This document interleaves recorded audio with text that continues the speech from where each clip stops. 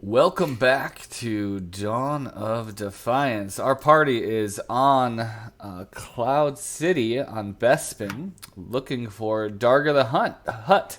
Y'all have chased him out of his palace after rescuing Denia, the Jedi Master. Quickly stopped off at the Resurgence, where I wasn't thinking very well, so we retconned a bunch of stuff that y'all got. Can't buy enhanced items, but you zipped off 6 days to Bespin, where Minnick on the route helped our B2 unit install some extra arms.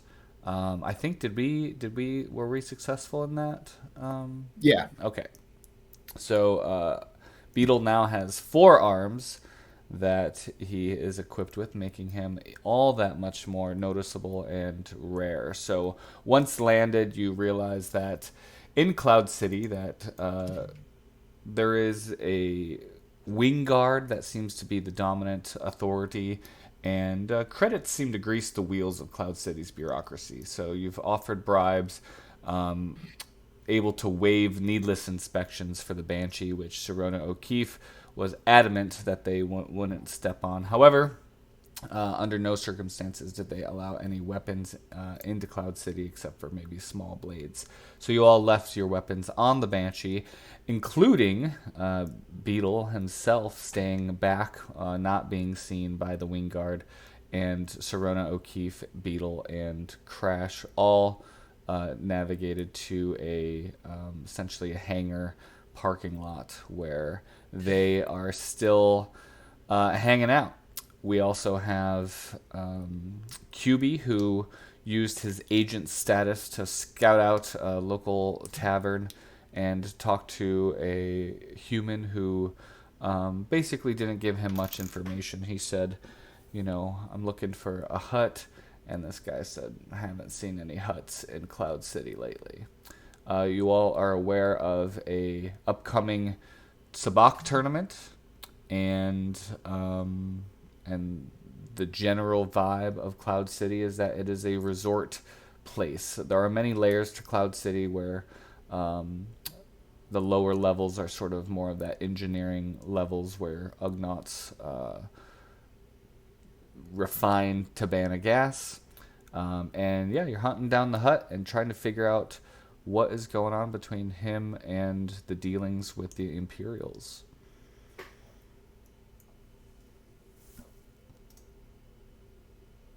Any questions?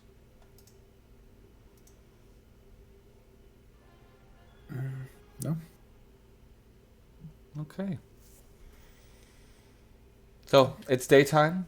There are plenty of well-dressed folks, plenty of different species walking around the streets of Cloud City. There are taverns and hotels and casinos. What would you like to do?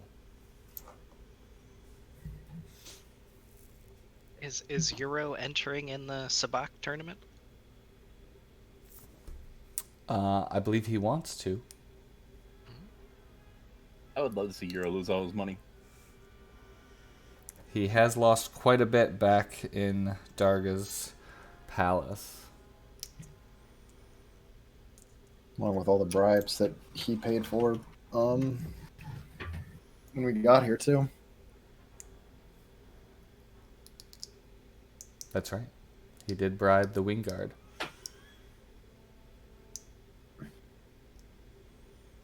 Sirona chews her gum as she lays back in the cockpit area of the Banshee. Says, telling you, Beetle, this isn't really that exciting back here, but we could always clean up the place a bit. I think you left some spare parts back in the engineering bay. Those arms look good on you, though. One second.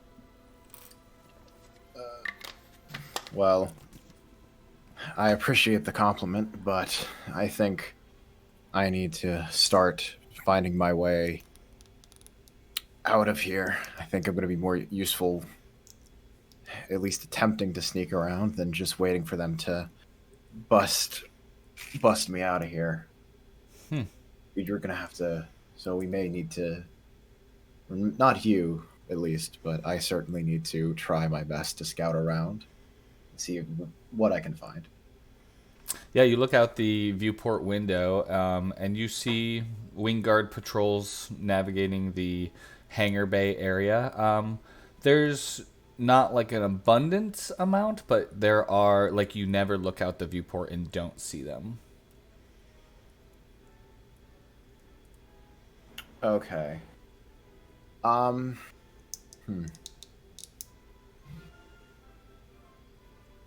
Can I watch for them to see if there's like a consistency with their patrol? Like, will I notice if they have like a schedule that they're trying to follow, or would that be Yeah, too much? go ahead and roll perception.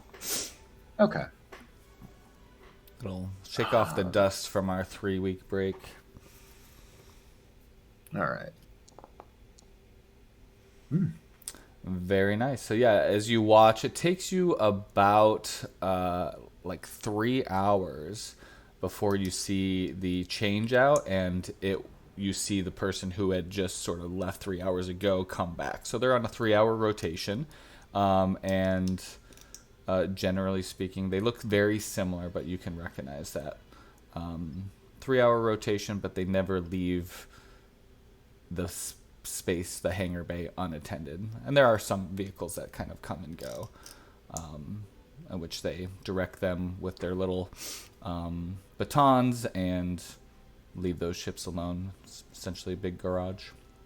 During the change out, do they is there like a small period of time where there's like not a guard on the floor, or You watch one kind of come up, and he's takes his hat out of his back pocket and puts it on and goes up to the other one. They speak briefly for a couple minutes, and then the one is relieved. So there is never a time when they're not on the hangar bay. okay. I guess I'll look at Serena. Is there an emergency hatch somewhere here that isn't the main exit port?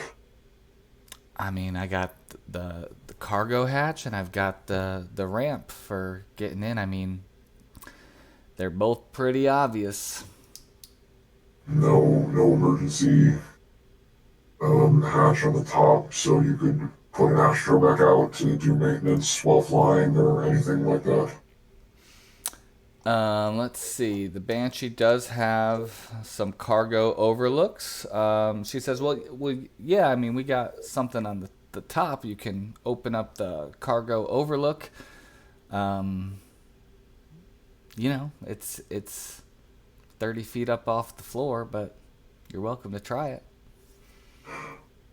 I don't know if there's going to be any other way to realistically not be seen. There's not really any time where the guard's changing out. There's not someone walking around, and I don't think they're not going to notice me clambering out of the loading docks. You see Crash kind of beep and whistle and turn his arms in a sort of, yeah, you're pretty noticeable. I think that when they're, for the very short window while they're switching out while they're speaking to each other, I'm gonna attempt to jump out and see if maybe I can take my chances. Okay. Since you're sort of watching and trying to gauge the shifts, you do wait a little bit longer as you plan this out, talking to Serona and Crash. So we'll come back to you. What's the rest of y'all doing as Beetle essentially watches the turning of the guard? Minnick would totally suggest that Beetle wear a cloak, like it's always worked for him. Yeah, you're not with him now, but I suppose before he left you could have made that suggestion. I think I would go to, since we're looking for intel, I would probably go to the local pub and try to see if anyone's heard of where Timo is. Darga, yep. Darga? Yeah, you follow QB in. QB says, to hang back as he has his conversation with the scout, which is this token lit up over here. You see a variety of species. You see, Bothans and Twi'leks and Gungans. You see a Wookiee, humans. You do see wing guards spread throughout. Who would you like to talk to? Wait, No. you're saying that Misa see Gungans?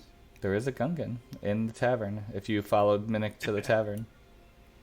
Prevos, licks his Gungan eyebrows, says, Minnick, you're going to be excited to meet another Gungan. Misa's That's- excited. That's good because I can only talk to you out of this group. Yeah, that's true. Yeah, how's it going? So as QB goes and talks to the human in the corner, the agent, you two have this conversation as you walk into quite a lively tavern. It is a little bit more upscale. You see these elaborate cocktails being poured, and folks are wearing just nicer garments.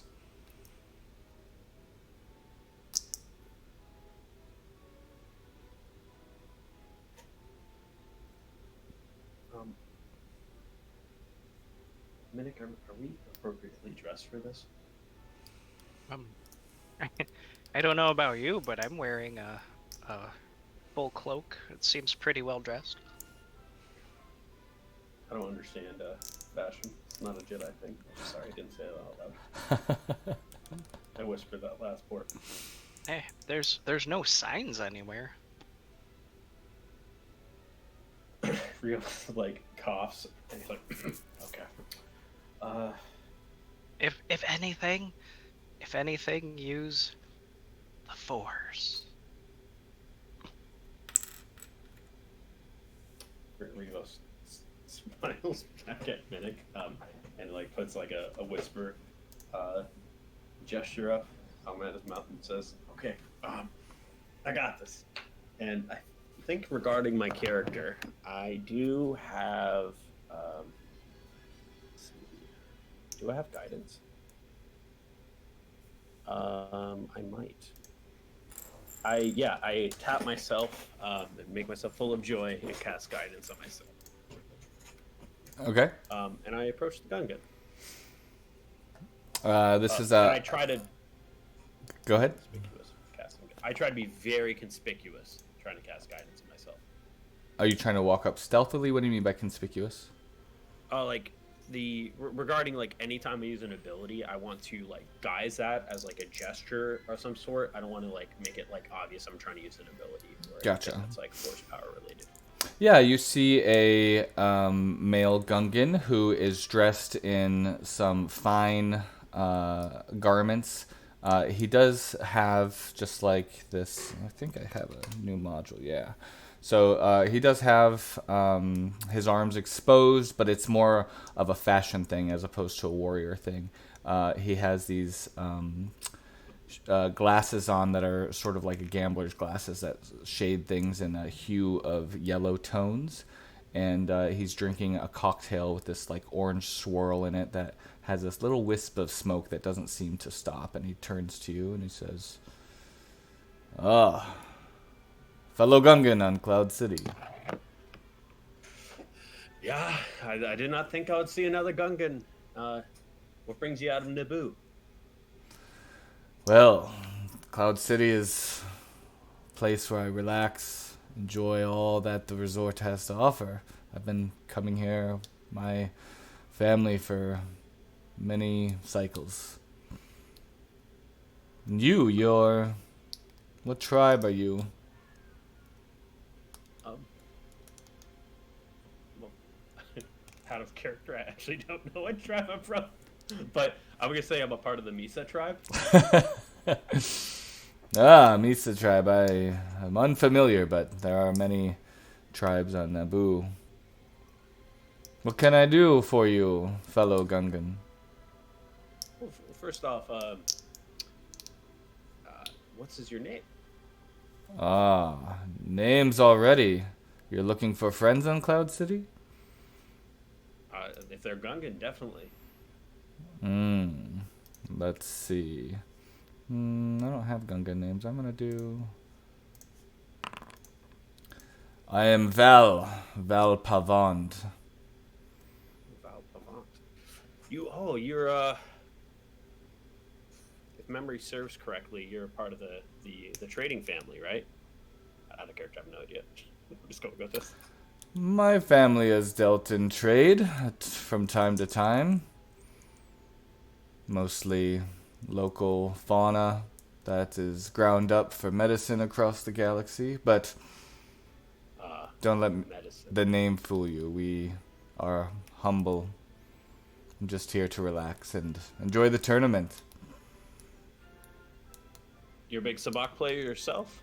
Oh no, I've lost actually quite a bit of credits playing Sabak. I have had many difficult conflicts with my partner, so I no longer play. Do you play? I don't really have an affinity towards gambling, but one of my friends, and I point to Euro, or if Euro's with us, he's not with us. I think he's joining soon. He could be with you. Yeah, maybe he's with us. I point to Euro and say he's a Sabak player, but you said a problem with your partner. Gungan, I want to make sure I can help you if there's anything. Perhaps I understand it might be sensitive, but if I can help in any way, I would be happy to do so. Ah, kind to support another Gungan.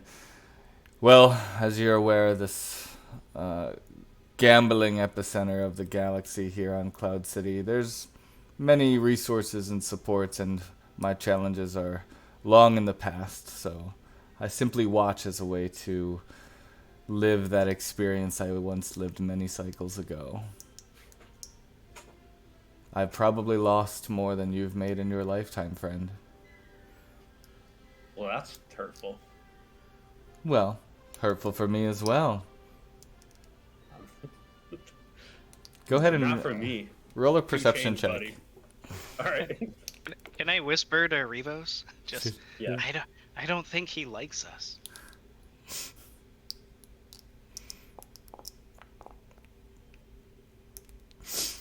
That should be a +4 or a +2 for guidance, so 16. Oh, and plus another 18. 2? 18, yeah. Okay. Sorry. Yeah, as you're talking, you do notice that amongst the crowd, you get a couple of second glances from some Ugnaughts that are walking through the crowd. They just quickly do like a double take towards seeing two Gungans at the bar and quickly vanish through the crowd.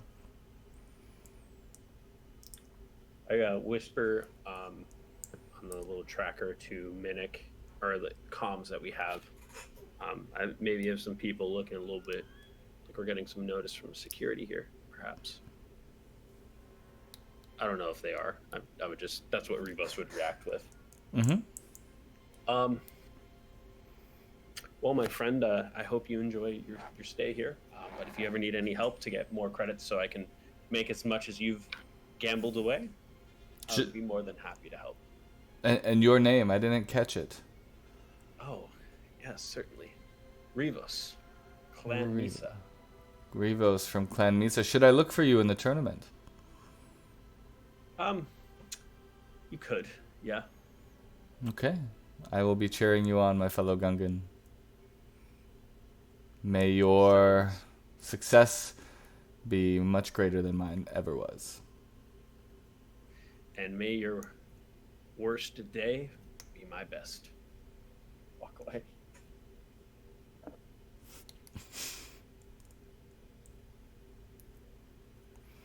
All right. Minute gives a thumbs up. We did good. Welcome, Euro. You all are in a tavern in Cloud City, asking questions and trying to find the hut, except for Beetle, who is back on the Banshee with Serona O'Keefe, keeping an eye on the turning of the guard and planning for an escape from the hangar bay.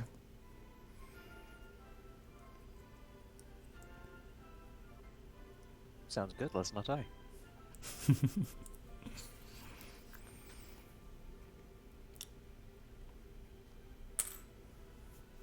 What other things do you see in this tavern? Let's do a little shared storytelling. Knowing it's Cloud City, one of the sort of elite resort cities in the galaxy, what things might you spot in the tavern?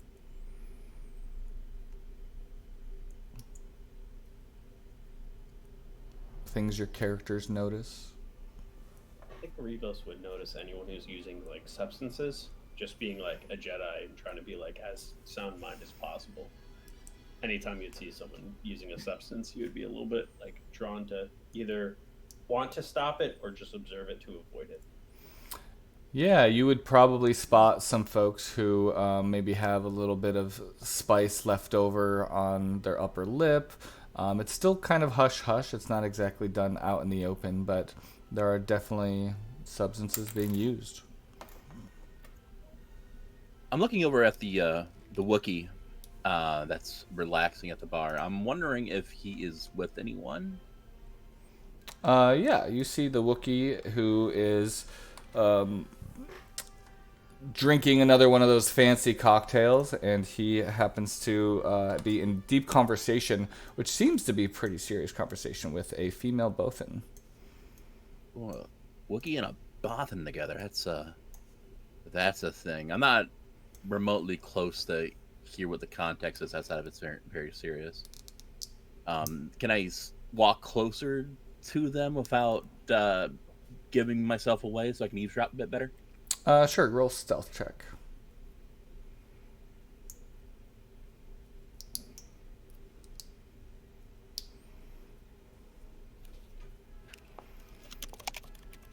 Man, you guys already starting out good.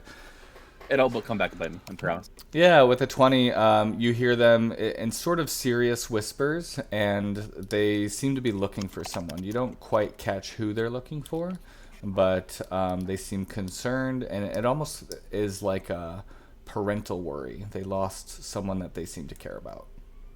Interesting. But more or less unrelated to what we're looking for, or Darga in general. Yeah, you don't hear any mention of a Hutt or crime lord or anything like that. There might be a job in that. Do I, based on any, are they looking like for help, or are they still kind of in this panic state, trying to figure out what to do next? Yeah, you see someone come up to them, and they very abruptly sort of shut them down, and you see their whole demeanor change from that serious conversation to essentially folks that are uninterested in any outsiders invading on their private conversation. All right, so that's probably a lost cause, and I'm not remotely near as charismatic enough to change their mind. So I'm gonna let the one lie for now.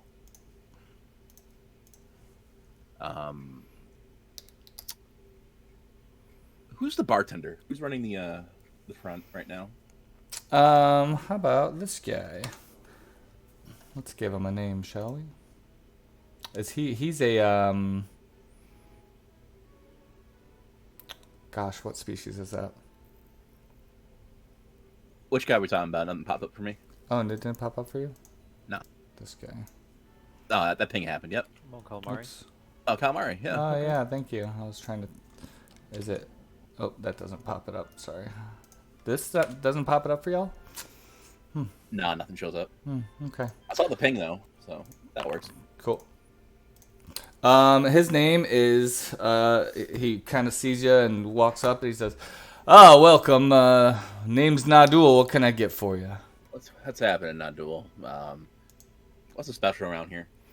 The special for this week is a fantastic Tibanna Gas colored drink. Of course, there's no Tibanna Gas in it, but it has this orange mist to it. It's got quite the bite and special ingredients that I don't give out, but it is a #1 seller. Keep your secrets. I'll take one. Excellent. What's the name of the drink, Zyle? What's the name of the drink? Catalyzer. Catalyzer? The catalyzer. Yeah, sure. All right. He says, I call it the catalyzer, and it's actually only made for this very special week. So you can't find it anywhere else at any other time. That's awesome. Good to hear. Uh, Guess I found it at the right time. It's a elaborate drink that takes a good 5 minutes for him to make. It is one of those sort of like slow drip, fancy coffee kind of deals, but he hands it to you, and it is the same drink that the Gungan was drinking that has this sort of ever ongoing orange mist that rises up from it. Take a sip. Apparently has a neat little bite, yet it goes down smooth once it starts going down the right places. Like, never had anything like this before. Yeah, it does this strange thing where it sort of wakes you up and tickles your nose while also relaxing you. And you're telling me you only make this for the Sabak tournament? Yes, special from, we got to make things limited release for sales. Yeah, no kidding. Apparently it's working out. This is delicious. Is that what brings you in town, the Sabak tournament? Partly. I'm wondering if you get a lot of travelers, especially around this time. Absolutely. Have you heard anything particularly interesting? Like a little bit out of the norm? Oh, I hear all kinds of things out of the norm. I've heard people coming from the outer rim. I've heard people coming in on ships that they've actually turned away because the ship wasn't in a good enough condition to even park in our hangars. Wow, they're that stingy, huh? You got Well, if you're not going to come into Cloud City with at least a little bit of credits, they don't want you here. I figured that. Hey, you hear anything a bit more specific? I might have a good tip for you. I love to hear some stories. What kind of tip do you have? I don't know. What's yeah, honestly, it's gonna depend how specific you are. And let's just say, put it this way, I'm very generous.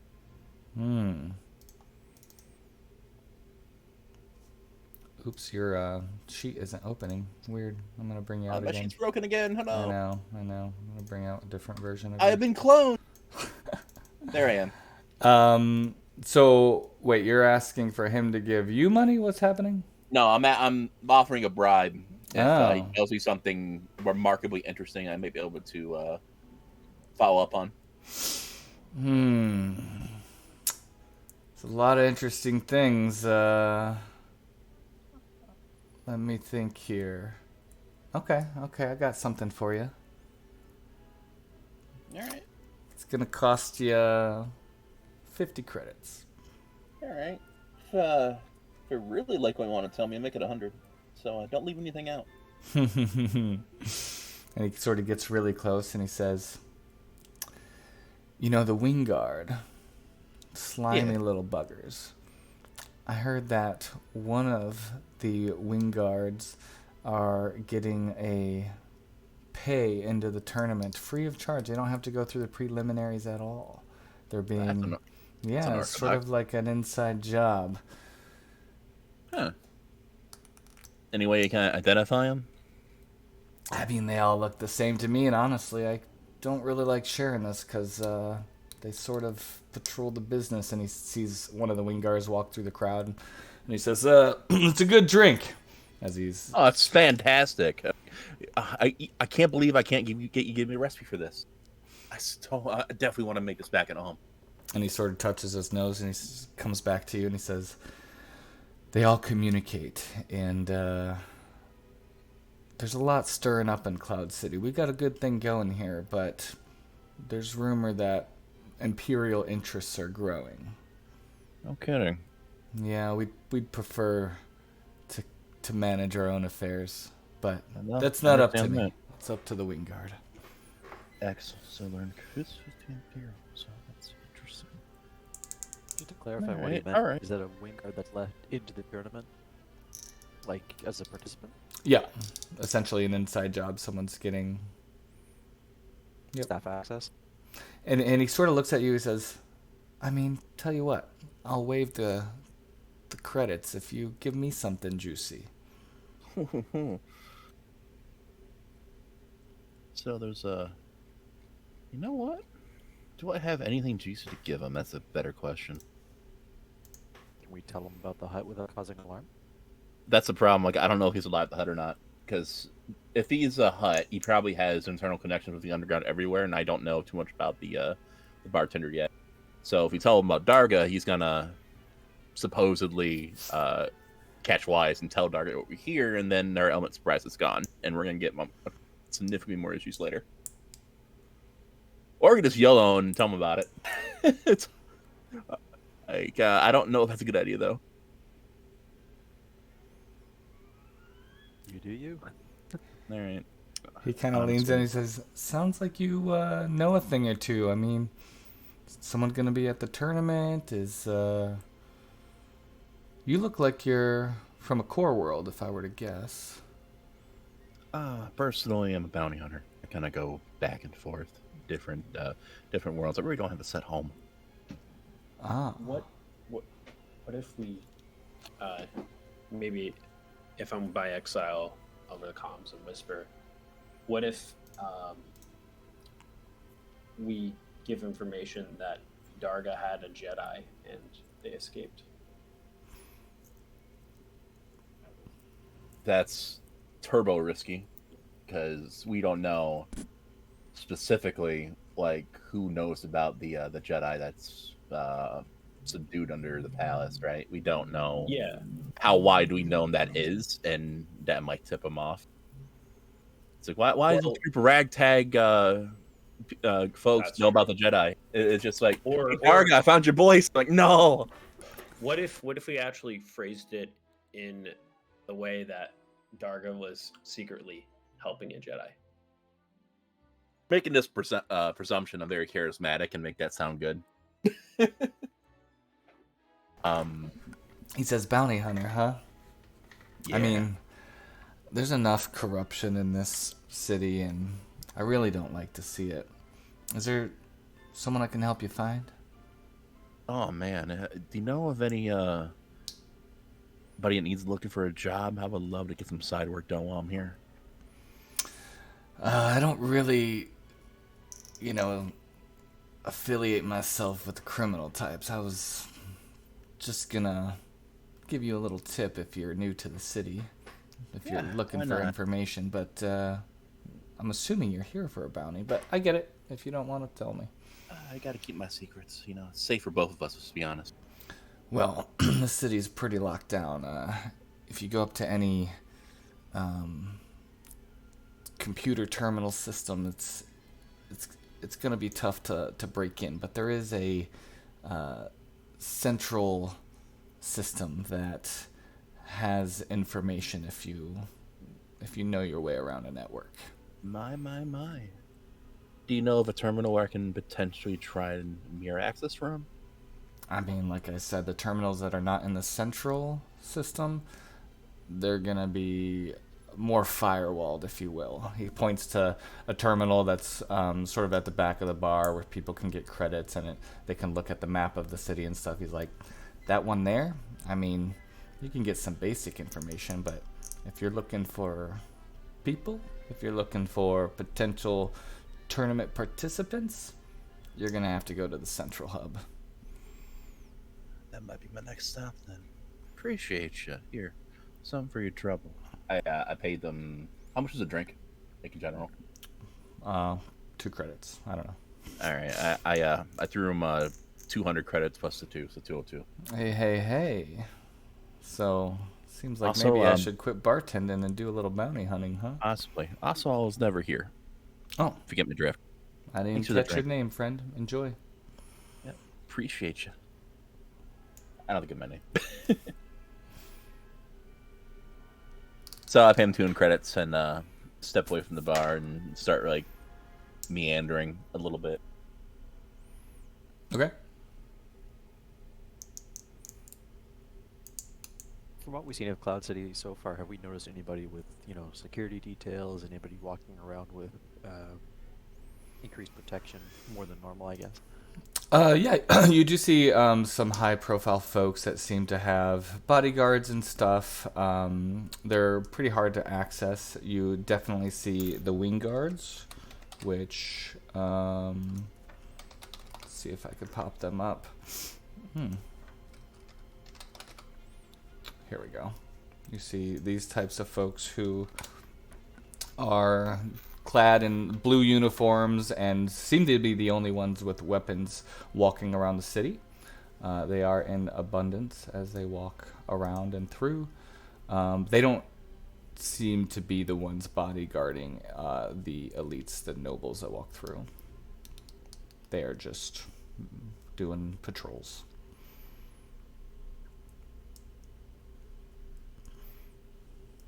Is it possible?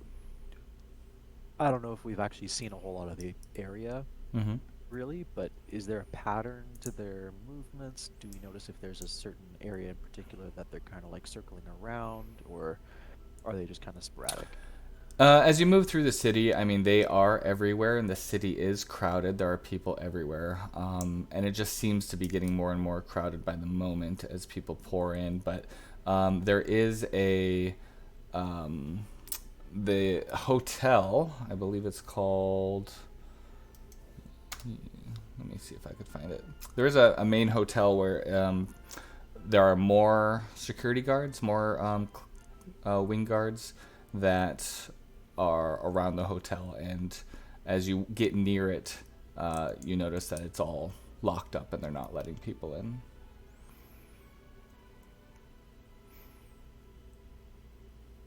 Down one of the no access to that hotel. Right. I want to say it's Ethan.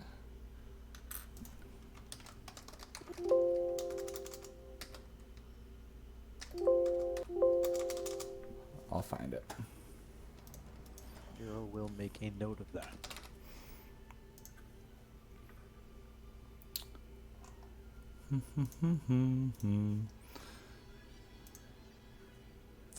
It is the Yerith Bespin Hotel. And down the road, the pristine streets, you do see a security building where the wing guards are going in and out of to change shifts and stuff. You see some cloud cars zooming in from high above, coming into the top of that building, zooming out in what seems to be a very in sync pattern.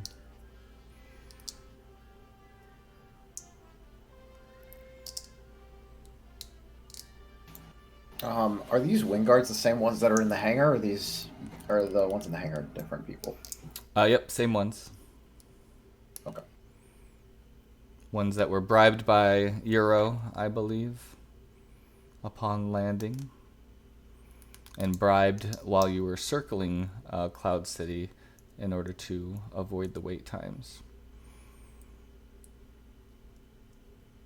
That is to say, they are used to us by now. Let's see here.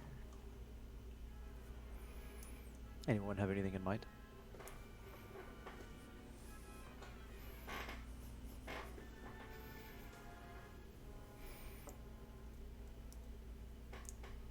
Not necessarily. Doesn't mind. Nope. So are we just kind of waiting for the data end then, or are we trying to walk around and collect information, or how about this? What's the itinerary for the Sabak tournament? When's it kicking off? What's It's going to on? start in I think in a day. Even as you get closer and you run into a human who's sort of looking through the windows, and he says, "Look at that!" He seems very excited, and he says, "They are making sure every table is clean. They are making sure every dealer droid is uncorrupted," and he's just very excited to watch the tournament. But they are prepping actively. Is that inside the Yerith Bespin Hotel? No, Where he's they're out. putting up the tables and everything. Okay. So out of it. No. I think the hotel's a separate space. Gotcha. I don't know if I actually have a name for where the tournament's being held.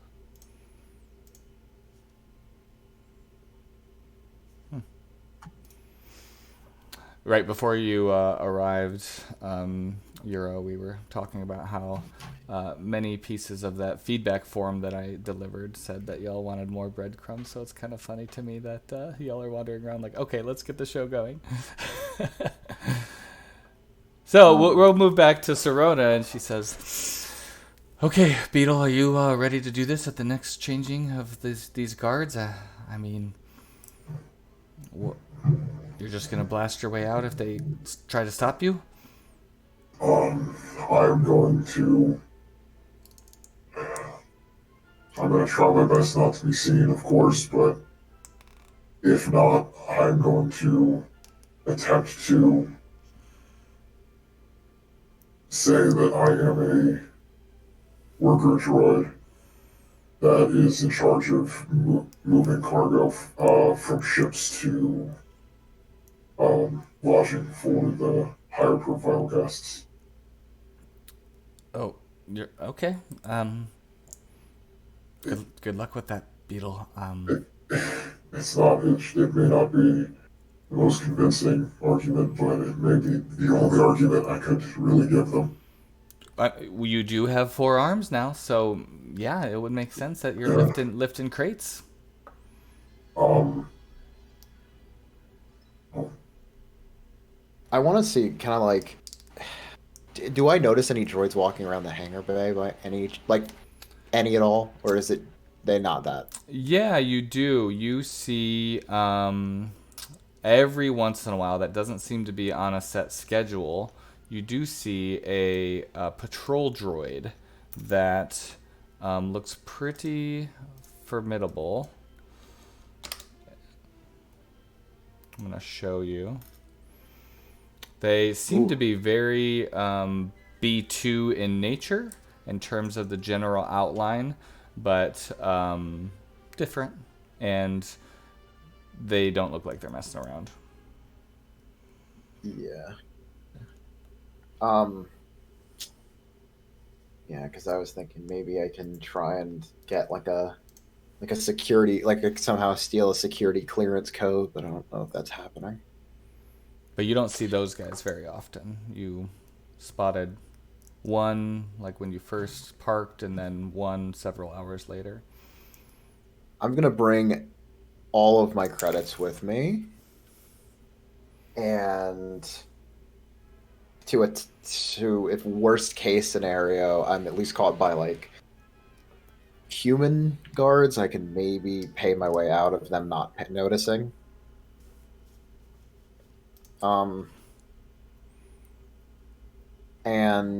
But yeah, I don't think there's much else I can do to really like convince them that I'm not a threat. So I think this is kind of the best I got.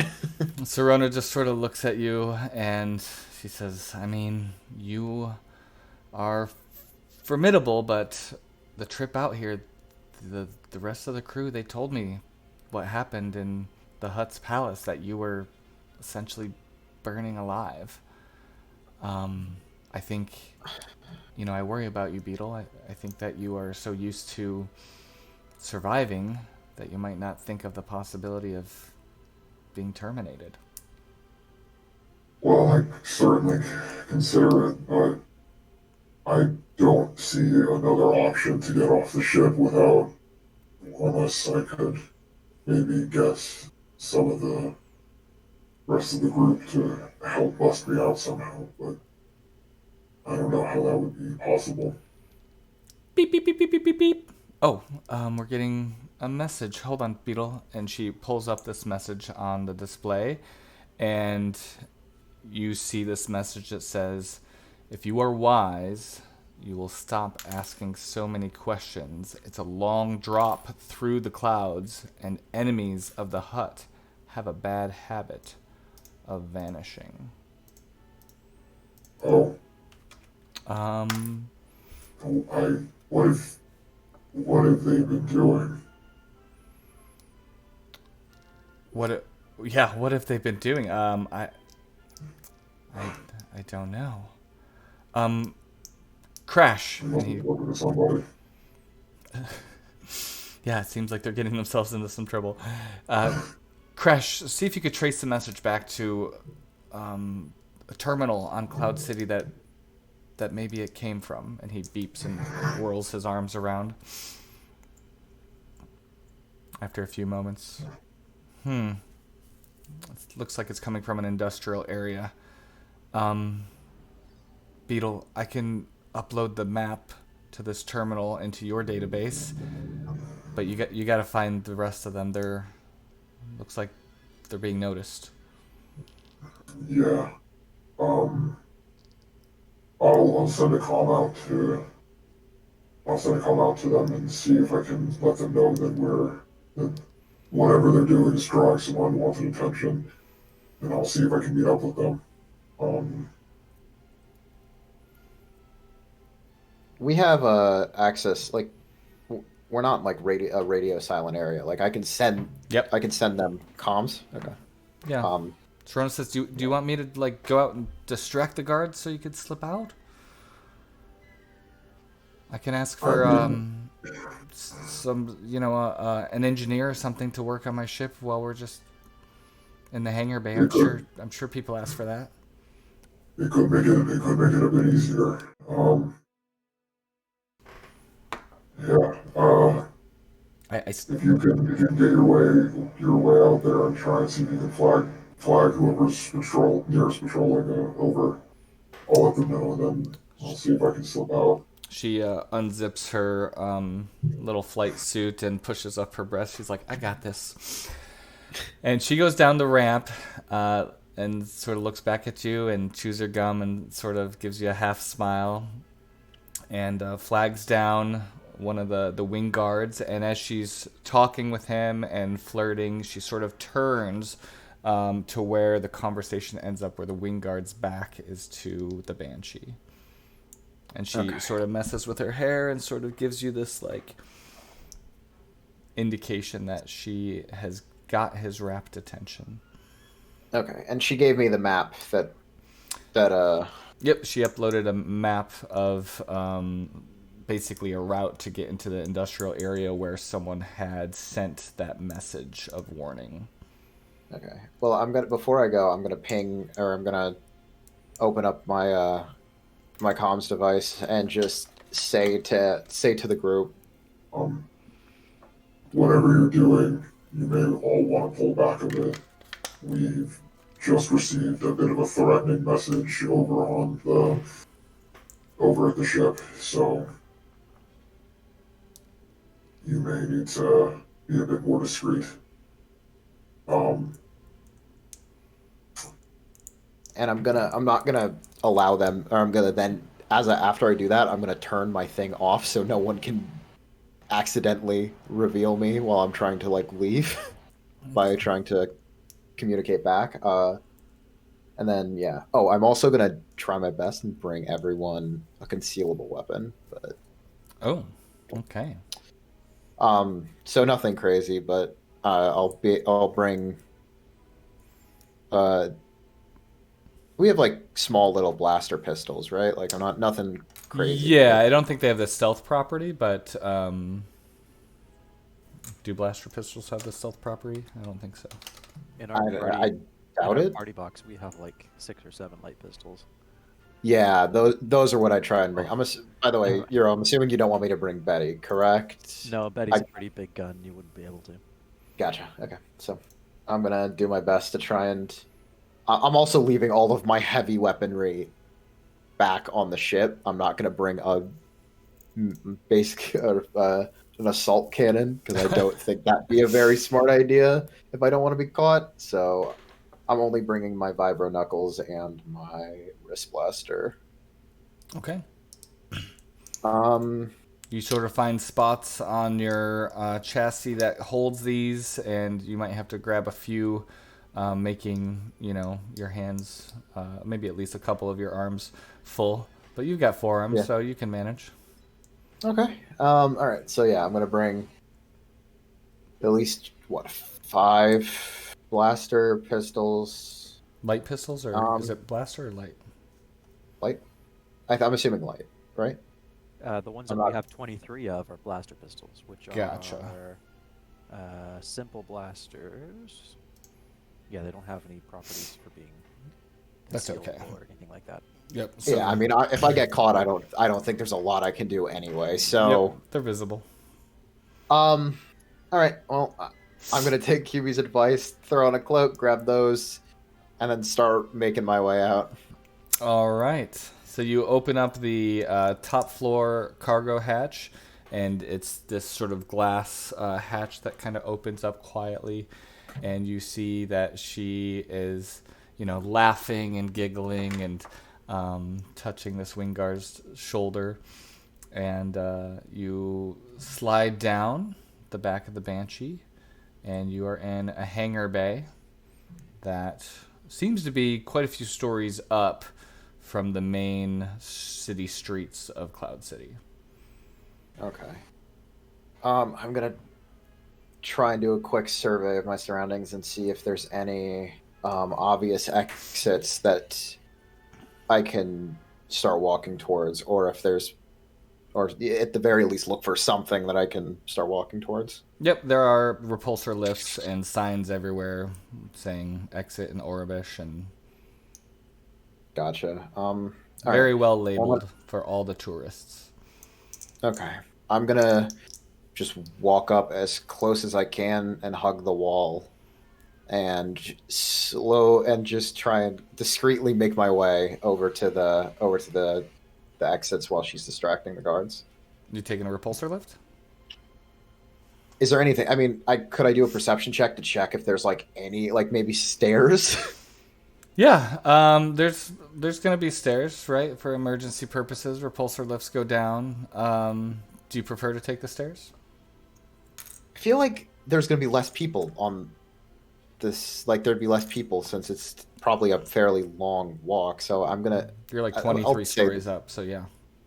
It's a Yeah, long there's walk. probably gonna be a lot less people walking on the stairs, and that's not really a problem for me. So yeah, I'll see if I could just go for stairs instead of taking the loud, obvious lift.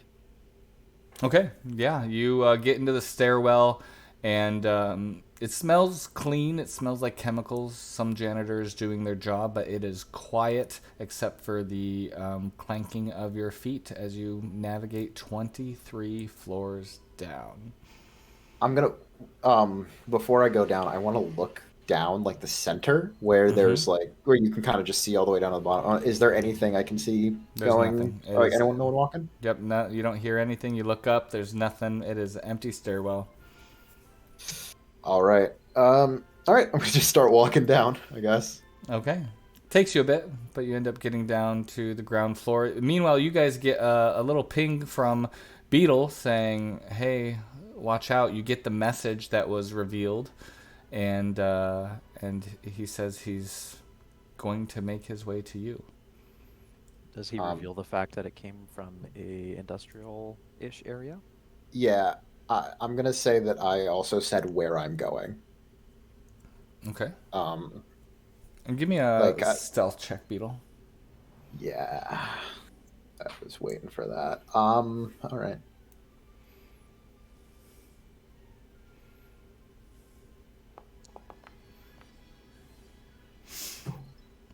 You get to the bottom, and just like the last flight of steps, you see the door open, and the smell of the city hits, and there's a wing guard that just has his arm holding open the door, and he's talking to somebody and saying, come on, the stairs, it's better for your health, as he's talking to someone, and the other person's like, not 14 stories up, man.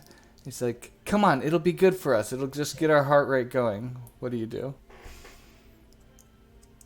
I'm gonna do my best to hide on this is basically the bottom of a stairwell, right? You're like, yeah, I'd say you're about 8 to 10 steps up when this door swings open, and all you see is the blue uniform of a wing guard and the back of his head, so he's not looking in the stairwell. Okay.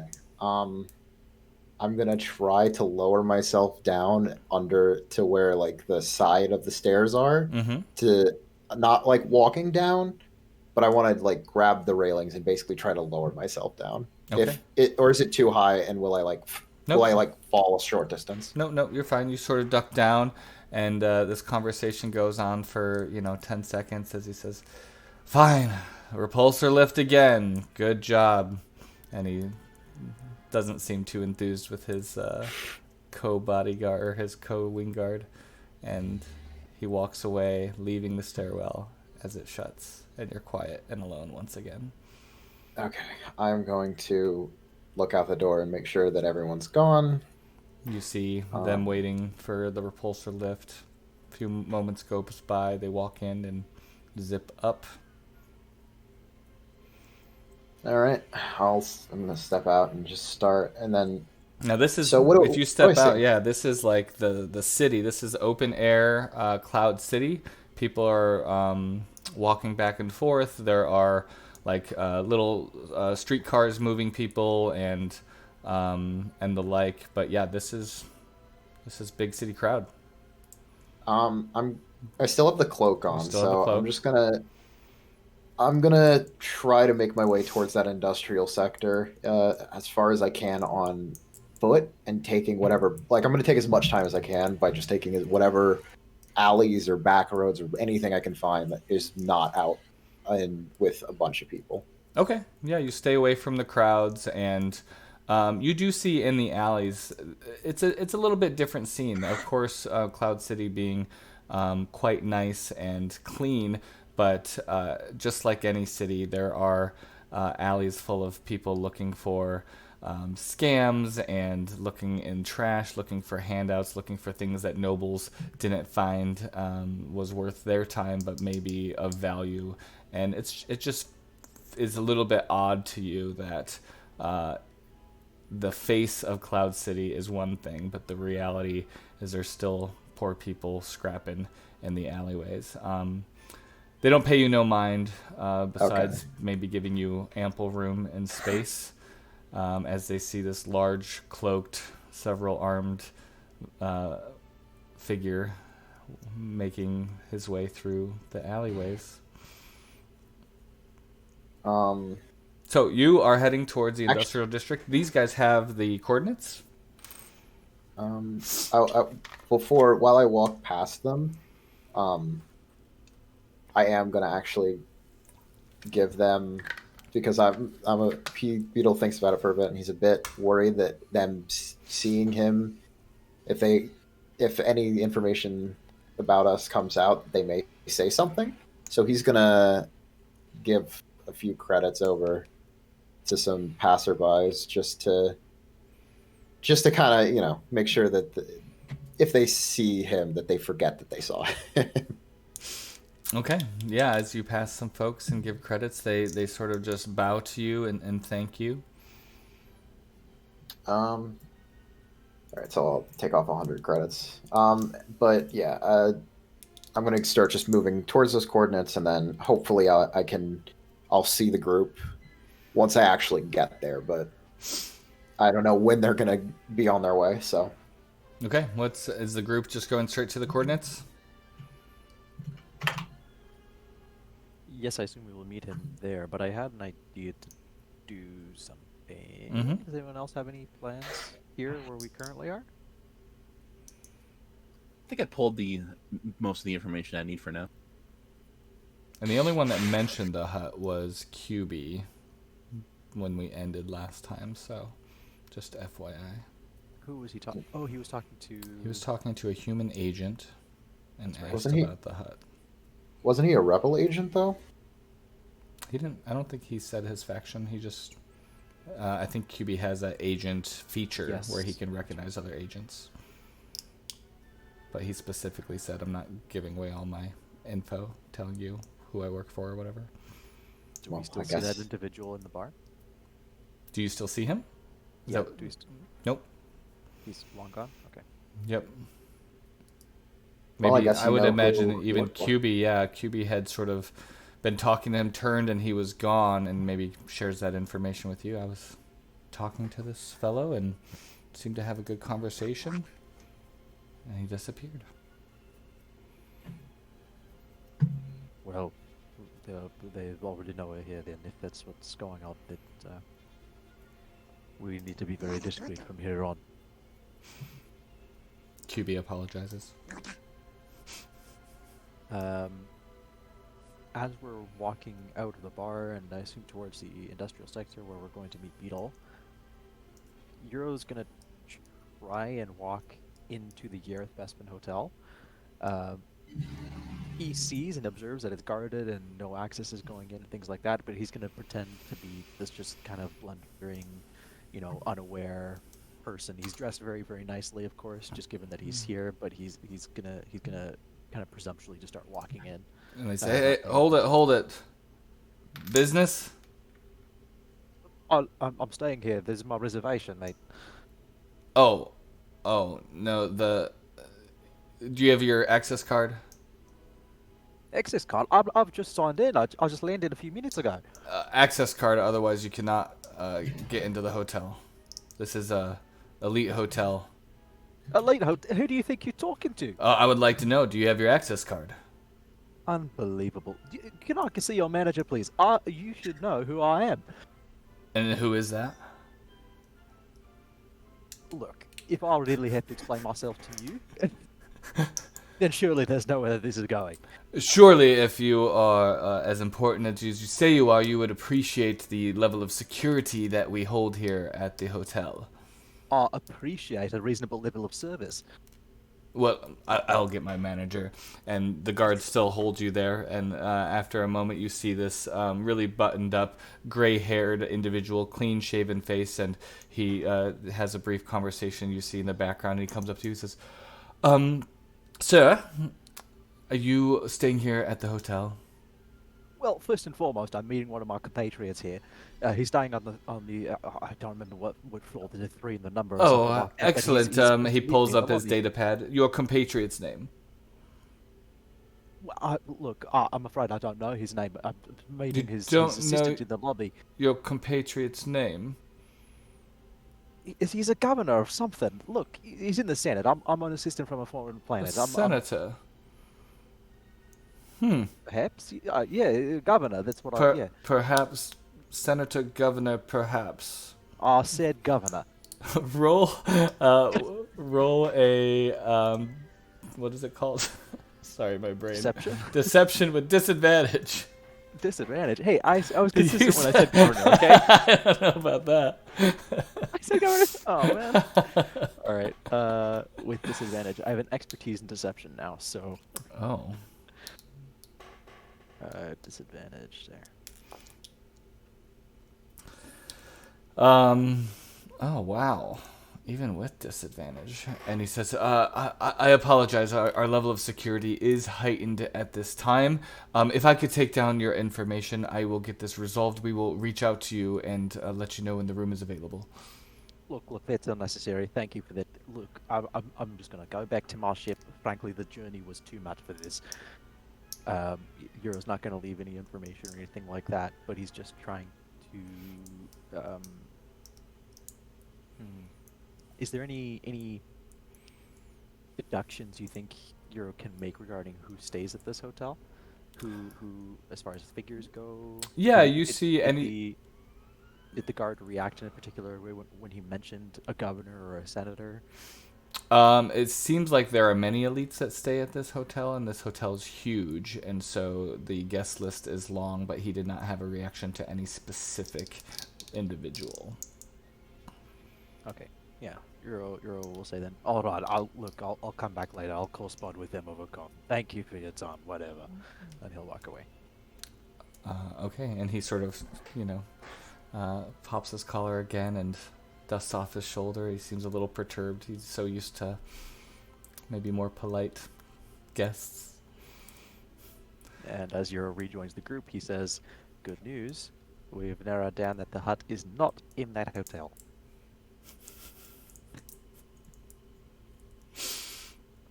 And we will continue to the industrial sector, I guess.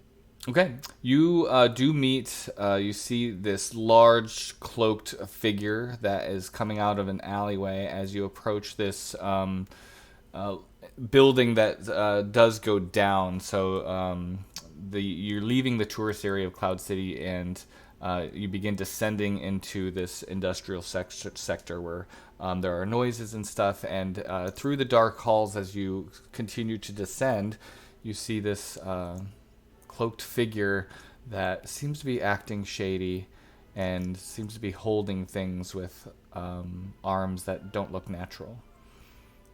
Is it very obviously Beetle? Yeah. Does he stand out like a sore thumb? Yeah, but you know, he's got a cloak on. Great. He's trying. All right. I guess I'll walk up. Do I see them or do they see me first? You're in front of them, so they're behind you, watching you walk, and maybe juggle a blaster pistol as you have to use a handhold to sort of climb down into another section. Euro walks up behind Beetle and taps him on the shoulder. You know, you really work miracles when you have to. The second he taps him on the shoulder, he turns around and just says, and he points his wrist blaster at him. Oh, it's okay, it's you. It's glad that you are somehow the first person to catch me. Wow, that's incredible. Hero's completely unsurprised that Beetle turned around and pointed a gun at him. It's just kind of built in. I actually have something for you. And I'm gonna hand him one of the basic blaster pistols we're holding, and a cartridge of it. Well, it's already preloaded with like a single cartridge, but he doesn't really have much else in terms of his cartridge, like in terms of ammo. So each person only really gets one. And the cloak you're wearing, is that Minix? He recommended it, so I'm gonna just say yes. But I'm just gonna say it's the biggest one he has. It barely covers your arms. We can do this because Euro at the end of the last act, I guess, episode, he found a enhanced cloak with the obscured property, and he still has that. It's an enhanced premium cloak with the obscured property. The obscured property makes sure that like security cameras or cameras from droids and turrets and things like that don't recognize you as easily. Beautiful. I think it gives you a bonus with stealth or something. So we'll say Euro gave him that cloak. Beautiful. Okay. So not quite yes. A Jawa cloak. Exactly. That being said, it is still very, very flashy. It's like blue satin with elaborate patterns and things like that. Very, beautiful, and it happens to match the outfit that Euro was wearing. It was all planned until, Yeah. Well, I can also give you this back too, but it certainly was helpful with getting around. Hopefully nothing will be able to recognize me, and we're not already in danger being here. And you're not quite alone yet. There are less and less humans, but you do see, in this industrial section, like more and more Ugnaughts, but there's still plenty of beings around. Is the rest of the group here too, or is it just Euro? I'm assuming everyone went with him. Mm-hmm. Okay. Yeah, I'm gonna hand everyone a blaster. Nice. So, but I am gonna say, Well, make sure that when you use it wisely, because unless we kill some guards and can get something off of them, I don't think there's gonna be very many shots in these. That sounds lovely. We'll manage. Well, Hey, Minik, why don't you try and find a terminal, and we'll see if we can look into something to see if we can get some finer coordinates on where this message came from. We'll have to be very discreet. Yeah, you've only just entered the industrial section. You still got a little ways to go, a few layers down to go. As you navigate those layers, like I said, there's less and less humans, and now Ugnaughts are more and more populous. pretty much outnumbering other species 2-1 in this area. You enter into this larger bay where you see large Tibanna gas tanks, machinery sounds, and as you navigate through to the other side following the directions on your comm, Beetle, you... oh, it didn't like that, did it? Let's try that again.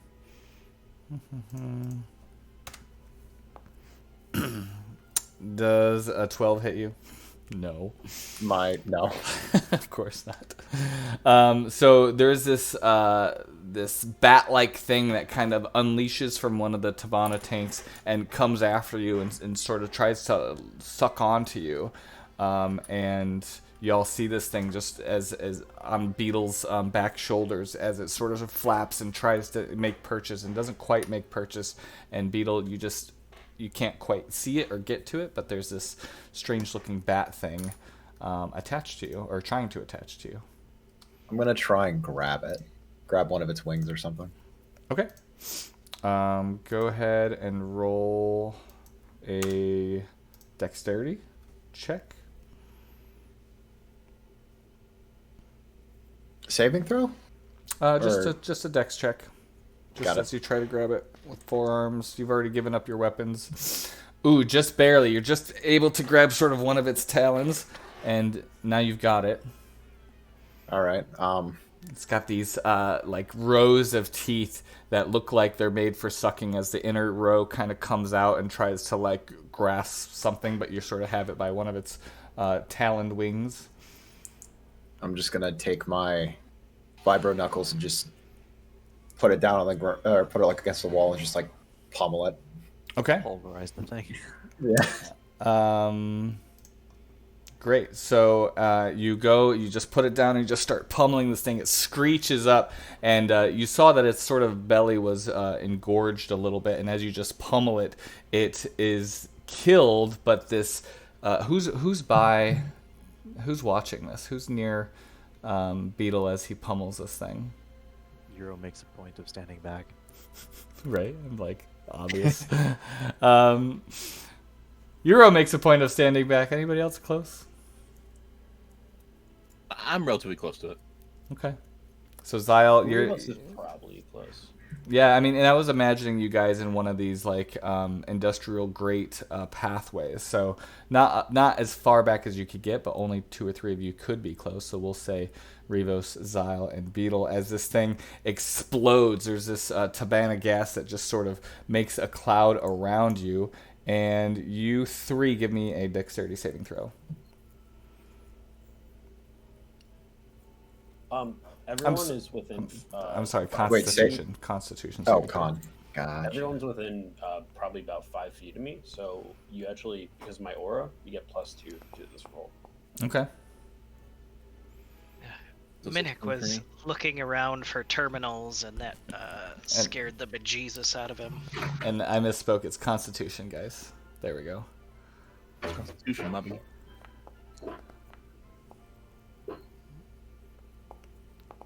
And Rivos, does that +2 apply to you as well? Only it's applied to me, but okay. no one else. Okay. Oh. So you see. I gave it to myself. You all see this thing explode, and you immediately like cough and like cover your mouths as the smoke dissipates, and you could tell that it sort of stings a little but doesn't cause any damage.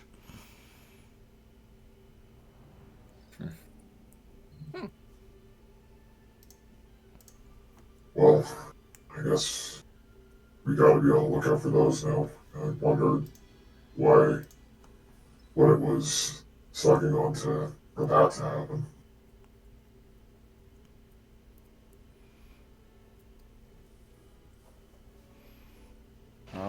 I guess just keep going. Okay. You move through the bay with these big tanks, and you see a office marked Parliament of Guilds, Sector U357. Appears to be a little bit of like a bureaucratic office. You sort of peer inside the office door window, and there's several dozen Ugnaughts working behind desks and computer terminals. We're not going in, right? I feel like that would be kind of Counterintuitive. dangerous. Yeah. Yeah. Is that where we're supposed to go though? That's where the message sent to the Banshee came from. Oh, fun. Maybe we should go in there and ruin somebody's day. We might want to be stealthy about it, though. Is there anyone that can actually stealth this a bit and actually like try to get in there without causing too much of a ruckus? Yeah, of course I can. A part of the 3-foot club is 7 foot tall. I mean, invisible. Guess what? Exile. I can do it. No, I I'm mean, kidding. Oh, looks I like kind you're of volunteering. Knock yourself out, home. Well, you can go ahead. Honestly, like objectively, probably somebody from the 3-foot club should do that because they're very unassuming. Yeah. Like they're not gonna immediately look at you and be like, "The fuck's this dude doing here?" Just gonna be like, "Man, you lost." You know. You're right. Beetle is shockingly good at sneaking around, but I think that if we're going with just inconspicuous, probably someone else should do it. You're right. Definitely someone at 3-foot club. I wanted to do it though, but you're right. Maybe you can blend in with the Ugnaughts. Do we actually see any like vents by any chance, like, or just outside that could lead in, or no? I mean, you're on like a metal grate path, and there's definitely like big pipes and vents almost everywhere, but not necessarily leading into this office building section. Okay. So yeah, I think some shorter folks got to go in. Yeah, QB is the built for stealth one, but I can try it. I don't have the stealth abilities, but I'm pretty light on my feet. Okay, you're just trying to stealthily open the door and go in? Yeah, Without being noticed? preferably. Okay, roll a stealth check.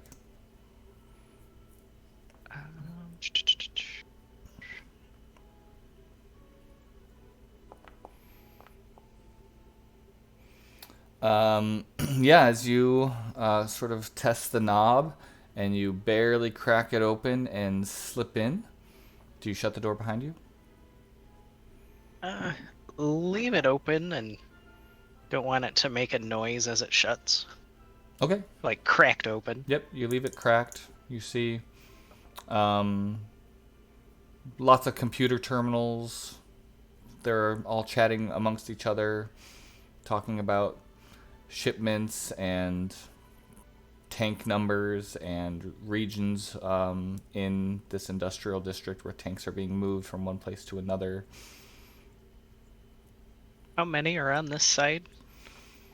There are over a dozen Ugnaughts at various computer terminals. They don't look to have any weapons on them. They don't look to be. They look like paper pushers. Yeah, they're not too violent. I'm gonna just is there an open terminal? No. Oh. They're all very busy. And they are moving and, going from one place to another and chatting at other sides. So I'm going to need you to make another stealth check to sort of try to stay hidden behind a desk or something. Damn.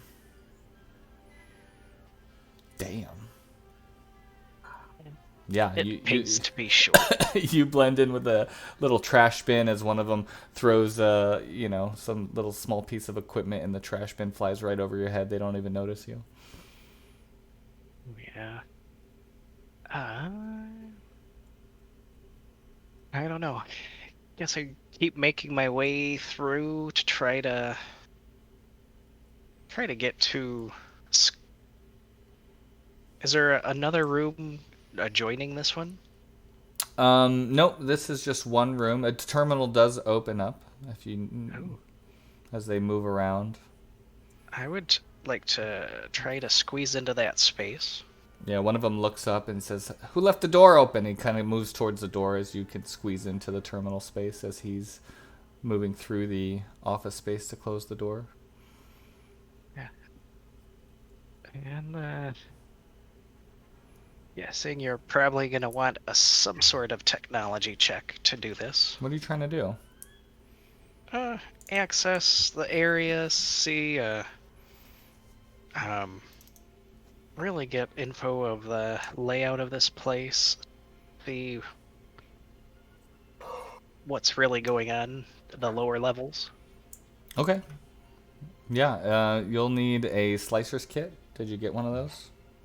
Well, if you're just getting information, you don't need a slicer's kit. It's just a tech check. But if you're trying to open doors and stuff, you'll need a slicer's kit. Nope, just information. Okay.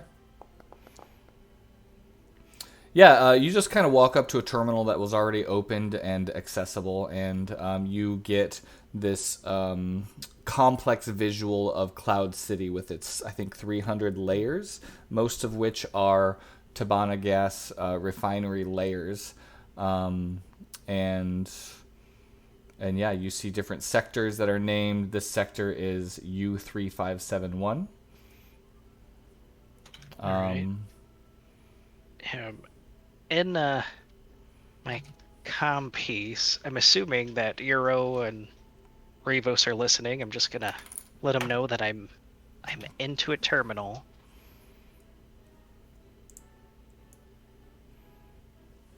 Like a 2000s hacker movie. What do you say? It's like a hacker movie. Yes. What are we trying to get? Literally anything. See if who sent that information.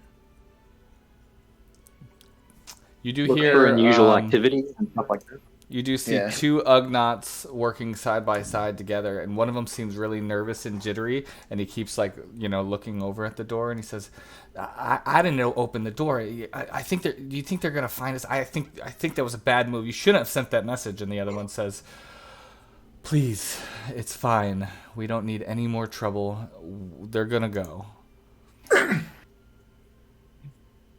I'm gonna say, it looks like thousands of messages come out of here a day. This is hard to find something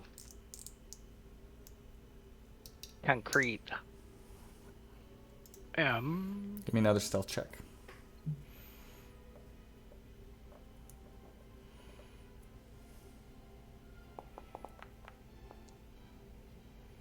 Damn. You're a stealthy mofo. They move right past you. Like, they rub up against your cloak and they don't seem to notice. Yep. Short people tend to just ignore each They're other. pretty short too, yeah. Yeah. They just figure you're one of them and move through you. Alright, so on this terminal, can we see if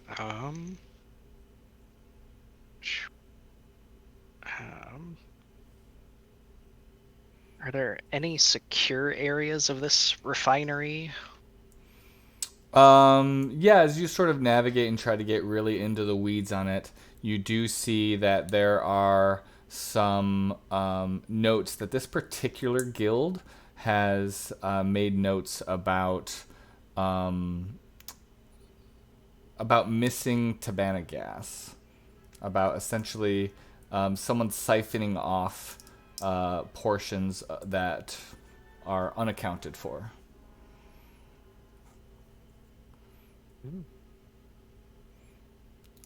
We would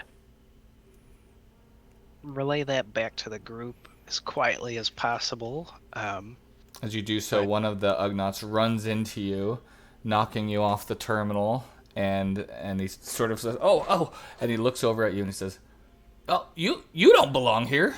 Who?" And the other one looks up and says, "Who is this?" And they all sort of stop their work and turn to you, and the room gets silent. Ooh. How many are in the room? About a dozen. Oh, cool. Great. Good luck, little buddy. There is a window in the door. You guys could be watching this. This isn't where I parked my car. Is this where we employ our usual tactics? No, let's wait a little bit. Let's see if he can talk his way out of it first. Who are you? That's- Lost your car. You don't belong here. I'm down here doing maintenance on this terminal. I need to access it. Maintenance on this terminal. We didn't give you authorization for that. What do you mean? I'm in here. I don't know you. This is the Parliament of Guilds. You're not part of the Parliament. I hold up a piece of paper that is just a piece of paper. And I say, look, this is what it told me to come down here and use this terminal. One of the Ugnaughts comes over and reaches for it. Well, Do you let him have it? Yeah, he could have it. Okay, he looks I'm over assuming it. he can't read it. Yeah, he says, "This is nonsense. Tell me who you are. What are you doing here? I'm gonna take you to the Cloud City Patrol for trespassing." I grabbed my paper bag and I said, "That's it. I'm going to the boss." And I start walking towards the door. Okay, they say that. They sort of look confused and they say, "Let him go. You know, we don't need any more trouble. We got enough trouble with this hut business as it is."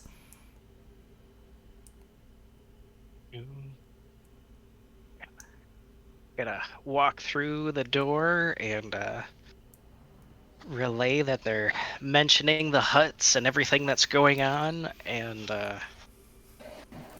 all about the missing gas. Like, this sounds like it's one of the hut's operations for sure. Well, Darga's here. Surprise, surprise. Still, like, fathom that huts can actually move and travel. It's weird to me. He's everywhere. After just a few moments from you leaving, the door opens again, and there are several Ugnaughts that look at all of you, and one of them, that sort of nervous one, says, I told you they would find us. You've brought them down on us all because of your meddling. They're gonna kill us for sure." And he sort of runs back in. The other one sort of grabs him and sort of tries to break free. He cries out. He says, "We don't know they work for the hut. Maybe he could help us." And they sort of look to you and they sort of shake and take a step back. Maybe you can help us. Okay, first of all, both of you outside the door right now. We don't need to involve anybody else. Let's punch. And then one of them turns back and says, "Get back to work. We'll be just a few minutes." The first one sort of just drops to his knees and says, "Please, please, I like my life." Oh, shut up. God damn it. Am I here? One more person. I swear to God, beg for their life in front of me. Somebody else with more charisma convince them to tell us everything. I'm trying to be like the fucking asshole that wants to like shoot everybody. Like is perturbed by this whole situation. The calm one says, Let's be calm. I'm Krig. This is my companion, friend. We are Krig and friend. How did you find us?" Honestly, you have much more problems than you trying to figure out where we came from. I imagine you are the ones that were snooping for Darga. I'm sorry, for who? I'm bullshitting, obviously. We have eyes in many places, and I was hoping that maybe you are enemies of the hut, he says with sort of squinty eyes. Can I roll perception on that? Because I think he's bullshitting me. Sure.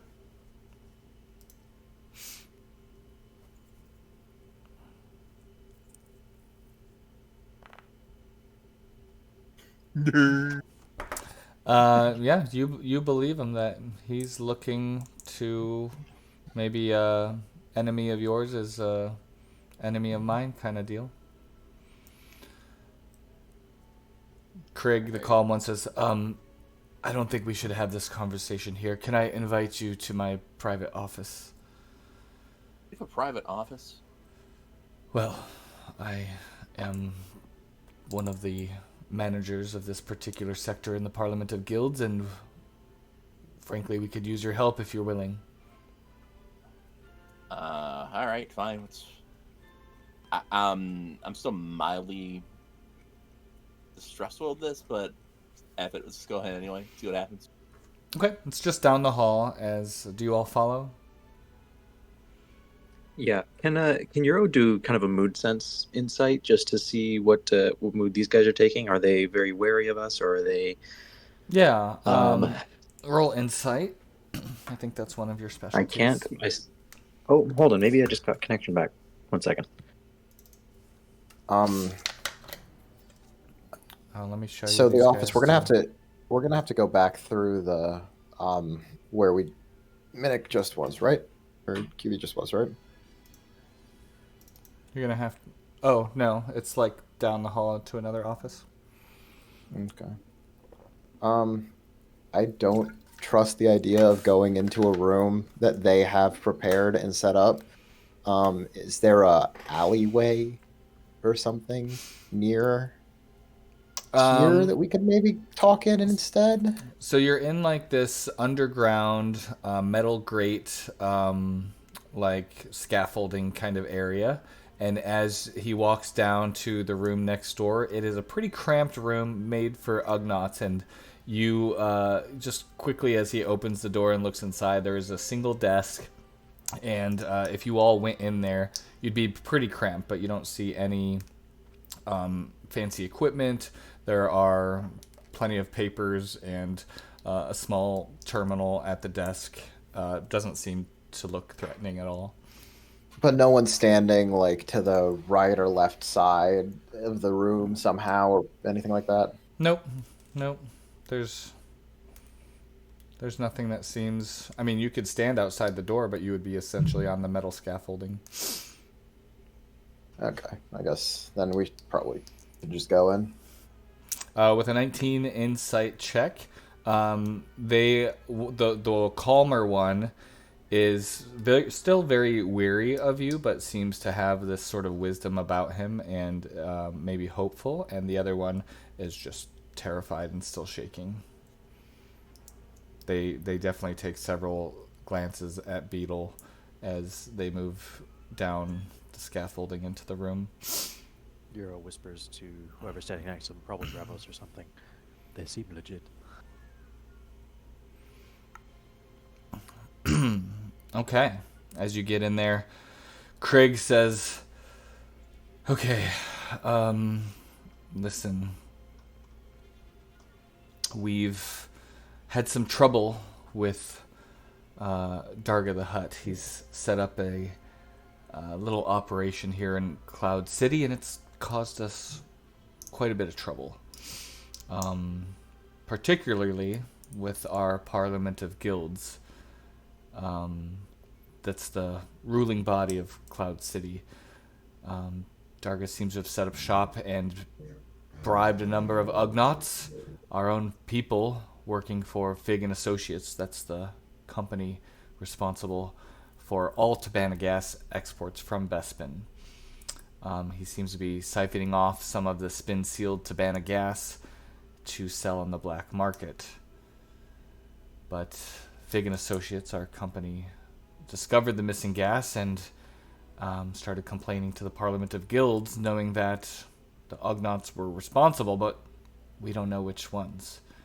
The Parliament has no choice but to issue tougher restrictions on all Ugnaughts, and over time it's degenerated to the point where our reputation as engineers, as having true to our word, it's dwindling, it's being ruined. The nervous one speaks up. He says, we noticed you searching for Darga, and we sent you a message to dissuade you from seeking him further. But I was just trying... Oh, so that was you. Yeah. Okay. Yeah, and he sort of sinks down a little bit. I was just trying to stop you from getting too involved in dealings with the Hutt, but and the other one sort of slaps him on the shoulder and says, you know what you were doing. You were leaving a trail for them to follow, hoping that they would come. So forgive my little nervous friend here, but we really do need your help. Well, look, gentlemen, we're working towards a permanent solution, just in general. But the matter is that we need to find Darga first. Well, I've got some information. You'd have to trust us in good faith, but I know that Darga's been dealing with the Empire. I have some leads for you, but we could really use some help in this problem being taken care of first. We need everything that you got. Well, I know that Darga's been dealing with the Empire. I believe that a transaction is about to take place, and the nervous one sort of says, if you take care of our problem, we'll share the rest of what we know. And he sort of crouches down, hoping that you'll not be mad about this deal. So what specifically is the problem, and how do you want us to solve it?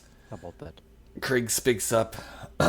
We need you to find the Ugnaughts that are part of Darga's operation and siphoning off gas. We don't want you to kill them, not necessarily, but it's understandable if that was part of the interaction. But you find those Ugnaughts that are not holding up the value that the rest of the Parliament holds, the rest of Fig and Associates hold, and bring them to us, and we'll tell you what we know. Couple things. One, we need more unfettered access to Cloud City. Walking around to where we are right now, even getting in here was a bit problematic. Oh, I mean, we know all the routes in the Undercity. I don't exactly have authority to just have the Cloud Guards turn a blind eye, but we can get you places, sure. All right. Who else? Anybody else got anything? That's what I wanted. We've tracked the source. You don't have any security clearance. So you manage this group and you don't have any security clearance that maybe some of the other Ugnaughts would have? Not into the upper parts of the city. Our clearance is in the Undercity. So I can get you to where we've tracked the source of our missing Tibanna gas. It's in one of our storage areas in the bowels of the city. I'll give you directions there, but the wing guard rarely goes down there, so you're going to be on your own. We'll suffice with that. So take care of the corrupt Ugnaughts. Bring them to us if they live. Otherwise, take care of them and we'll tell you the rest of what we know about Darga. Indeed. Important condition, though. You never saw us, you never met us, you don't remember what we look like. And for this time, the time that you walked away briefly, you were just getting a coffee. Absolutely. And he sort of types into his terminal and he's like, and that message never existed in our terminal. And you guys see, like, the message that was revealed to you is no longer accessible. Well, gentlemen, I think we're very glad to have developed such a fruitful relationship so quickly. I'm glad that it has ended. And I think we're... Ended? I suppose we're going to get a move on then? Yeah, best of luck. We'll see you soon, though, because you'll come back for the info we have, and you'll take care of our problem, right? That's the plan. Okay. And the nervous one says, oh, you're not going to kill us? You're not going to kill us. Okay. Whew. Kind of roll my eyes and start leaving the room. Did I share the image of them, too? Got that. Mm-hmm. Okay. I didn't see it. Oh, there you go. All right. Anything else from Krieg and Fyron? No, we got our next task. Pretty cut and dry. Yeah, Okay. as long as we can safely get there. Yeah, you. He gives you the directions, and you track it through. It goes down into the depths even further of this industrial district. You see large tanks. You see Ugnaughts moving back and forth. The air is damp. The acrid smell of smoke is thick. Corridors are cramped. It's clearly designed for workers of smaller stature and heavy machinery. Some of it rusting and extremely aged litters the area. You hear the sound of metal on metal. It's almost deafening in some places. Some of the machines look corroded, covered in a green tinted sludge, byproducts of Tibanna gas spin sealing process. Unlike the rest of the city, this area seems more like aging factory than a luxury resort. You see plenty of gas storage chambers. Some are unguarded. And then eventually, as you continue following directions, you stop seeing anyone, human or Ugnaught.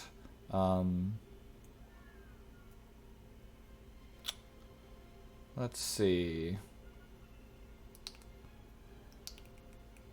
Someone, you make your way through like a spin sealing chamber. It's really loud with heavy machinery. Who's leading the group? I'll take point. Okay, give me. I'll be second. Give me a perception check from Zyle. Time to get everybody killed. Oh yeah.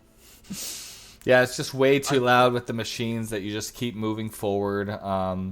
And you do see, what appears to be a small pump connected to this massive Tibanna gas storage tank, which is clearly labeled basic, Bocce, and a dozen other languages. And it's being transferred and moved. You see that this... you're kind of approaching the area where it looks like there is a small operation of Ugnaughts that are siphoning gas. It's a hot and muggy area. Machines rattle, hum and hiss. Gases are vented. Heavy equipment is moved. There are several Ugnaughts scurrying about the area, making sure all the machinery is functioning properly. All right. Who wants to be the fake being Darga's attendant? Figure out what the hell's going on. Who has the charisma? Why don't we just, surprise them? I mean, you've got to take them alive, right?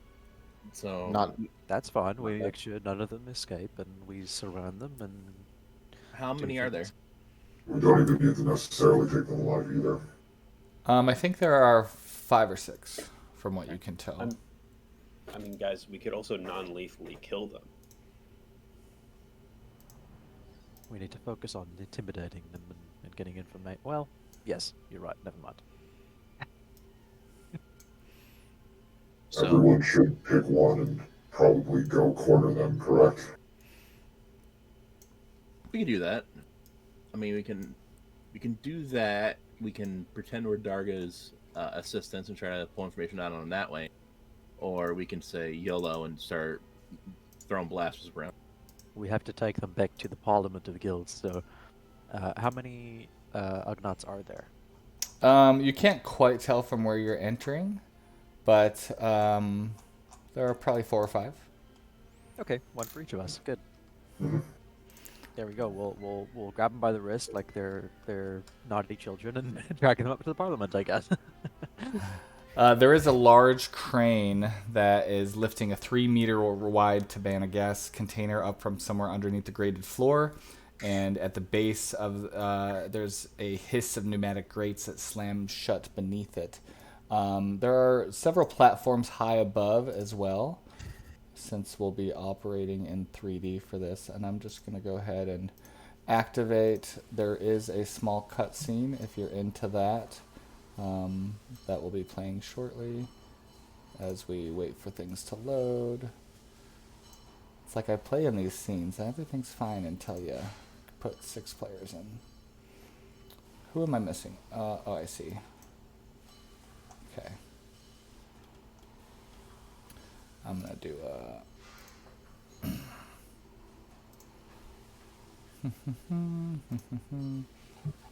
Did that load for everyone? Yep. Yeah. Good for me. Excellent. I'm in the space with no cutscene. Yeah, exactly. You're what? I'm in the I'm in the 3D space now with no cutscene. Excellent. Here we go. Ooh.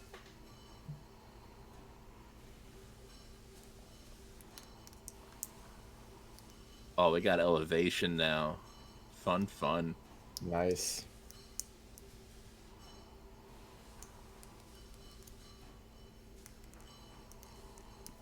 All right, let me get everyone into initiative.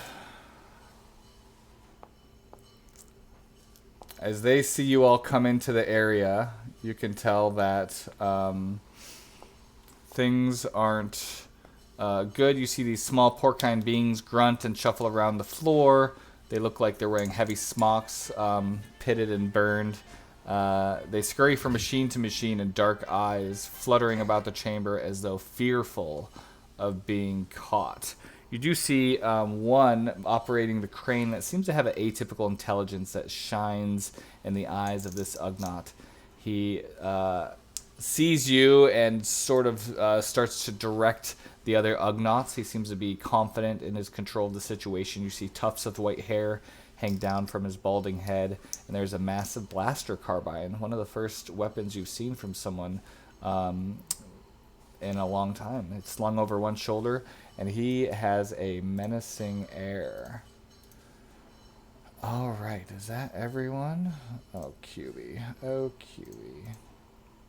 Okay, so I'm assuming that you all sort of walk in from that door there. You could natural ones for initiative. Did QB? Okay. I think. Why isn't it? That's weird. Who's up first? I feel like it's glitching. I'm up first. I got a nat 20. I know, but it didn't start with you for some reason. That was weird. Okay. Round one. We start with Beetle. You see all these Ugnaughts moving around. Let's get some combat music going. So I want to confirm we are... blasters are set to stun, not kill. We are subduing them so that we can take them back to the other guys, dead or alive, but probably preferably alive. Gotcha. Okay. You hear the boss say, "They're intruding on our operation. Stop them." Is there a way up that crane? Like, how did he get up there? The crane over this way? Yes. Yeah, there is like a small ladder deal. I don't think you could see it, but yeah, there's like a way up. Gotcha. If I dash, can I make it all the way up there? Great question. Let's see. What's your speed? 30. Yeah, because it's about 50 feet, and then I would imagine you could sort of just jump to make that last little bit to get up there. So you would get there. You wouldn't have any movement left. That is fine because I still have my second action, so I'm gonna dash all the way up there to right next to the boss. Okay. And do you want me to move you? I am, yeah, if possible. And I am going to do my best to use my second set of arms to grapple him. Oh, yeah. Immediately. Immediately?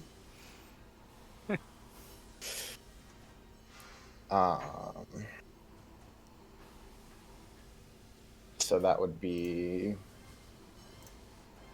a strength or athletics check.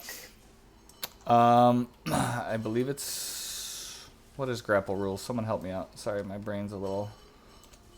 Yeah, all good. It's basically a contest between athletics or acrobatics, depending upon the person. Well, there you go. So I get to pick either, or is it which? Yeah, you exactly. decide? So for example, let's say you're using athletics, they're more dexterous, they use acrobatics, or vice versa. Okay. So right. Contested ability checks. So I'm gonna do athletics then. Okay. Ooh. You are unable to. So he sees your arms reach and he sort of ducks down to avoid your grapple. Is that my turn? Right. That is your action. Your second action, Gotcha. technically, right? Because you. Yeah, because I have the two. Right. Okay. Then I guess that's it. You got it. All right, we're gonna move to this guy up here. He will probably target. How about Euro? There we go. My clicking isn't very accurate right now, but that's okay. Come in. I put too much stuff on the scene, Jeff. This is exactly what happens. Let me try one thing. Euro, you're going to be targeted with a blaster from way up above, 30 feet up or so. This guy is going to... I might have to do this manually because it doesn't like it. There we go. With a heavy pistol, he's going to shoot down at you and miss you. And I think that's all he could do for now. Yep. Okay, let me just check one feature. Okay, cool. The boss is up. He is going to, as this crane is still lifting, he's got it on a lifting feature, meaning that this tank is still lifting up. And he uses his action and bangs on the tank. And what that does is essentially activates all of these Minocs, who are like those bat-like creatures. If I can get shit to work, Jesus. And all these bats enter the fray. They all seem happy and bloated with all of the Tibanna gas that they've been sucking up. And that is his action. Let me just double check. He's got... Oh, he's got a multi-attack. Okay, nope, that's his action for this round. So this one here, as it flies up from the tank after being disturbed, it is going to use its speed of fly speed of 40 to move towards Minnick. Do these like bats understand that the Ugnaughts are like their friends, or are they kind of just like are they just like wild animals that'll attack anything? Yeah, they're very used to the Ugnaughts, and they've learned their lesson to not bite the Ugnaughts. It's actually written in the adventure that they don't attack the Ugnaughts. Isn't that fun? Interesting. I know. I was like, huh, smart little bats. Okay, so I'm really struggling with my token selecting right now. It's really frustrating me, but we're going to go with Minnick is going to be targeted by this bat deal, and it's going to be its energy drain feature, which is a nat 20. So as it attacks, it attaches to the target, and at the start of each of its turns, you lose 5 more. Oh, wow. Oh, for real? Did it prompt you? Yeah. Okay. Well, that was cool. So you lose another 1d4 plus 3 hit points due to your energy being drained. It can detach by itself, losing 5 feet of movement. It does so after it drains 10 hit points of energy. So it's stuck to you, essentially, for now, as it sucks on your life force. Okay. Oh, Minnick, you're up. Is there a damage type that does, or no? Yep, it's kinetic damage, and... Yep, just kinetic damage. And guessing I can't try to physically pull it off, can I? I believe you can. A creature, including the target, can use its action to detach the Tibanna Minoc. So you can use your action to do so. It doesn't require anything. It's just your whole action. Oh, I would like to detach it because it's creepy. Okay. So you describe how you detach it. It luckily did not go onto my back, so I was able to just grab it at my chest, and just my arms are long enough to pull it off. Okay. And kind of throw it. Yeah, it takes you your full action, but you are able to detach it. We move over to this fella down here who is going to move through. Move. Oh. I tried moving. I know, I kind of want to almost refresh the whole scene, but... There we go. Euro, you're in this guy's line of fire. So he will use his heavy pistol. Oh, boo. Hold on.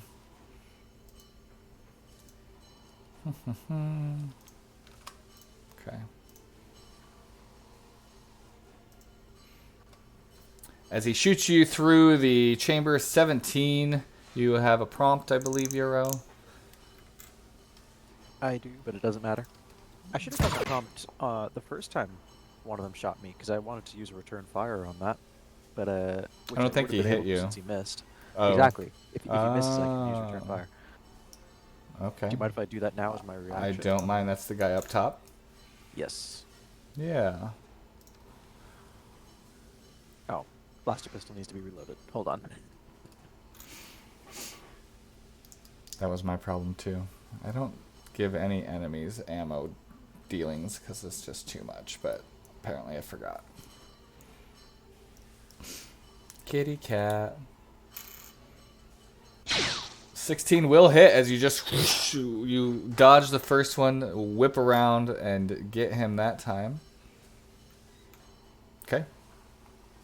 Otherwise, yep, get hit by the other guy. That's fine. Yep. All right. And he still has some movement, I think. How much movement does he have? So he moved 10. So he's running towards you in his little stocky porcine face, getting more clear through the Tibanna gas. And he is going to do his another 20 feet or so. All right. How did that happen? What is going on? I already had a Minoc. Why is that one still? Who's this one? Okay, we're going to switch those guys.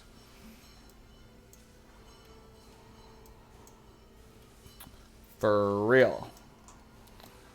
Alright, this Minoc here is going to move. If I could select him, what is... Oh my gosh. It does this every once in a while where like the token selector... And I haven't updated 3DCanvas in ages. This one, I think... Oh, so close. 44 feet, and he only has 40 feet of fly movement. So Euro, you're lucky this time as this one sort of just starts coming at you. You see its rows of teeth, but you are out of any risk. All right. There is a rigger behind this tank who is our lovely model from, I don't know, what's that show? The Mandalorian? He will go after Rivos with a heavy pistol. Is it Queen? Yeah, he's the one that you did a meme earlier, and he's gonna come in a little closer too as he puts his head down with these like tusk things that come out, looking to charge at y'all.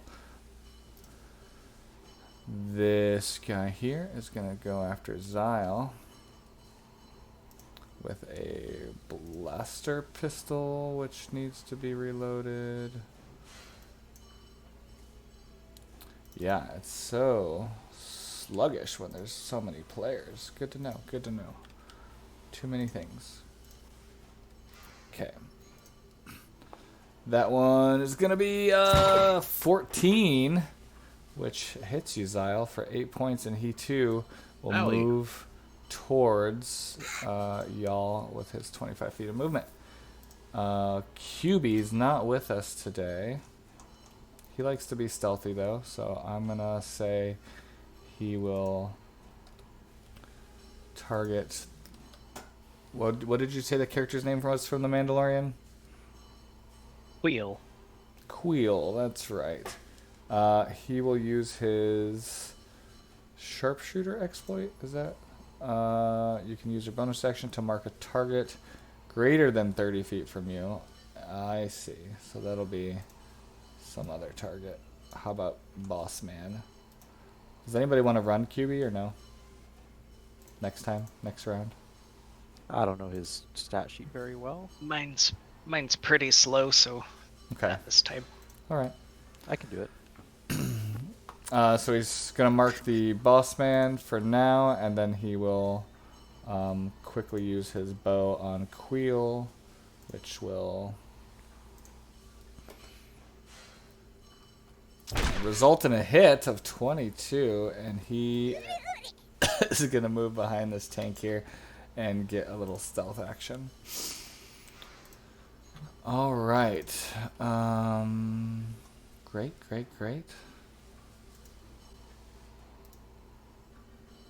There's a guy up here. He's just going to go to the edge, look down, see you all. I think, he would probably see Beetle. Ooh, he doesn't have a good line of sight. He sees Beetle behind the crane, and he sort of scoffs and says, as he can't help his boss buddy. And he has a much clearer shot on Euro with his heavy pistol, which I did not give enough ammo to.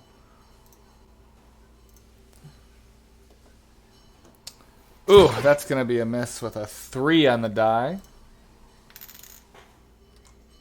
We got another bat guy flying up. Oh, actually, Euro has 2 reactions now. Can he do a second reaction shot? You get 2 reactions now? Who allowed that? That's. I just remembered that. It's, Yeah. What's it called? Multitasker. That one that just flew towards everyone, that bat, I do want to take a pot shot at it. Okay, 1 second. Let's do the reaction first. Where is that? I just want to make sure I actually have that feature and I'm not imagining it. I think I do have it.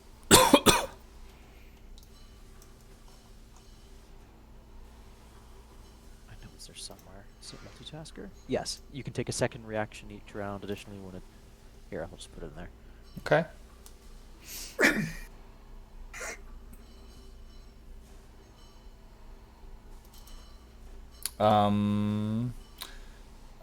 Additionally, when a friendly creature you can see is forced to make a saving throw. Okay, cool. Yeah, what's you want to do the reaction on this guy up here on the top? Yes, I will do so. Oh, I see him targeted. Perfect. 14 on the die is going to be a 19, which will hit as you return fire. Okay, now Beetle, you see this Minoc flying towards Zyle. Can you target him or no? Do you want me to move him up? Which is the one that's I'm gonna move him up. He's hovering over Zyle. Oh, it's okay. It's the one behind. I was targeting the other one. While I see it flying away, I'm just gonna see if I can hit it with a wrist blaster shot. That will hit. Perfect. Did your brutal force thing, so fantastic. Yep. It is still okay as it comes after Zyle with its energy drain feature. Did that not attack Zyle? Oh, I don't think my energy drain is it's a d20 plus 5. I know that. Let's see. Gonna have to manually roll some things. 9 is probably not gonna hit you, Zyle. Is that right? No. Okay. 13. Sure. So that one. Oops, I'm gonna bring them down a little bit.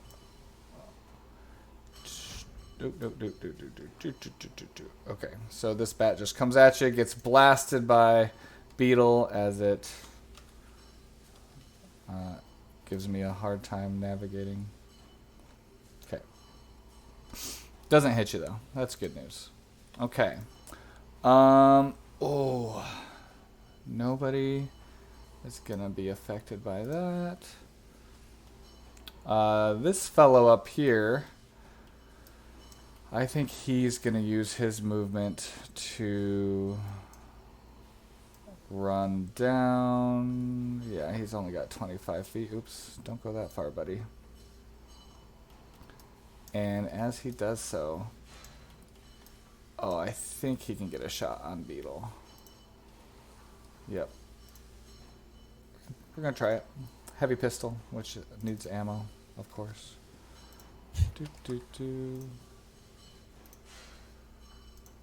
Shooting from across the area towards Beetle. 9 is gonna miss. And we move over to Zyle. Oh boy. Yeah, you just come in here and these guys all start to move towards you. Minox flying about, steam blasting from various pipes throughout. Alright. So first thing we're gonna do is we're gonna try to get away from some of this mess, but that's gonna provoke an attack of opportunity, isn't it? So I'm kind of right there. You are right in it. So that might not This be guy was plague. next to you too. So what is the bat above me technically? Oh, where'd he No, go? I'm just trying to move him and he's being a butthead. But Alright, yeah, he is tried to bite you, so he's within 5 feet of you. Oh, cool. So we got 3 people within me, so I can't exactly move. Let's see what I can do about this.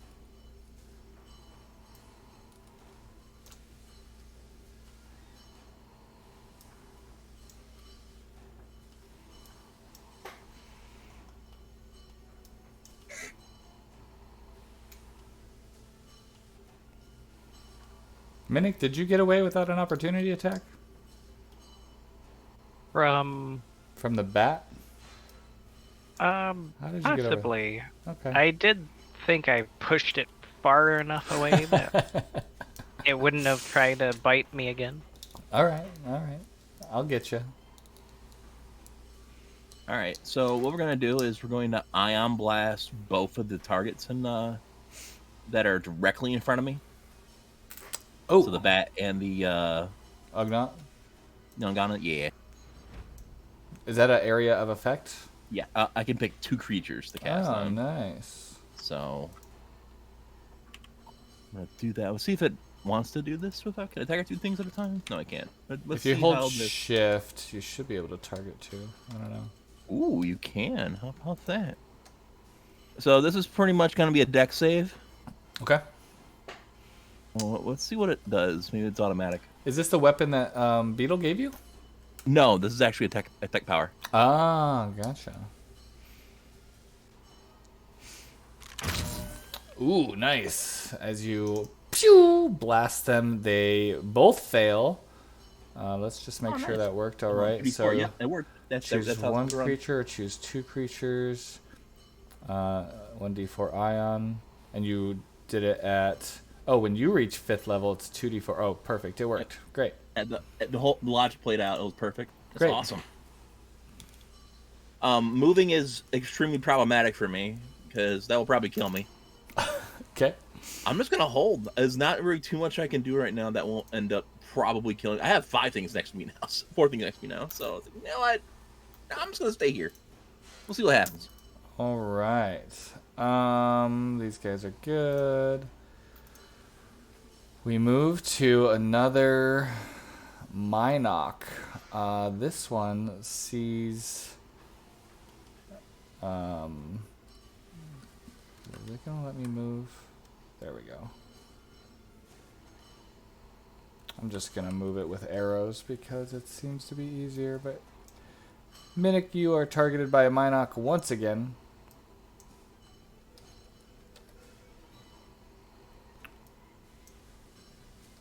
And if it lets me...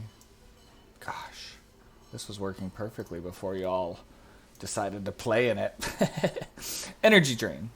Oh yeah, it doesn't like my energy drain. So we're gonna manual +5, which is a nat 20, 25 to hit as you take the energy drain, which is a 1d4 +3. And it is attached to you. That's going to be 5 damage, Minik. If you would mark that on your sheet. Yes. And yeah, when it's its turn, at the start of each turn, it's going to suck more life from you. So we'll get there if we get there. This doesn't affect anyone. We got one last Minoc. And this one, again, arrows because it's easier. I think this one's going to go for... Oh, it's not going to make it to your row, but it flies over this way.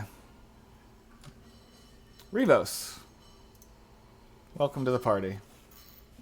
Okay, let's see here. So regarding this, okay, so I first look to exile and say, space magic is really not that important, huh? As I use my phase walk ability, which basically is Misty Step, essentially. Mm-hmm. So, what Is I'm it going 30 to feet? do... Yes, I'm going to move... I'm trying to see... If I measured correctly, it's 30 feet to the top of this, right? Yeah, I believe that's sort of what I had planned on. It's hard to see the exact It's like measurements. 26, yeah. Yeah, would you mind? I don't think I can move myself vertically like that. Oh. Would you put me up right next to him? I could certainly try. Let's see if it lets me grab you. There we go. Maybe. Something like that. Nope. Close. Let's see if I can... There we go. Okay, cool. All right. Oh, that's interesting. I know, right? There you go. You're up there. And I'm just gonna whisper in his ear. Do you want to die right now? As I probably just appeared out of nowhere. Yeah, you sure did. That's more flavor than anything. I'm having a little It's rhetorical. issue targeting, but I'll try to do that. There we go. Should have that. Then I'm gonna just use my stun baton twice. Use what? Stun baton? My stun baton, yeah. Oh, did you sneak that off the ship? I thought it was a personal defense weapon. And that was Oh, yeah, appropriate. that sounds right. But I'm trying to be honest, the 3D landscape is a little not being helpful to me right now. Yeah. Oh, I'm okay, cool. Maybe. I'm gonna do a hard refresh, sorry everyone, because that's giving me problems too. I'm gonna hope that, because a lot of times when I can't click on tokens and stuff, it's a hard refresh helps. We'll be very excited to have 24 gigs soon of RAM. I've had 8 for way too long, and life has been pain.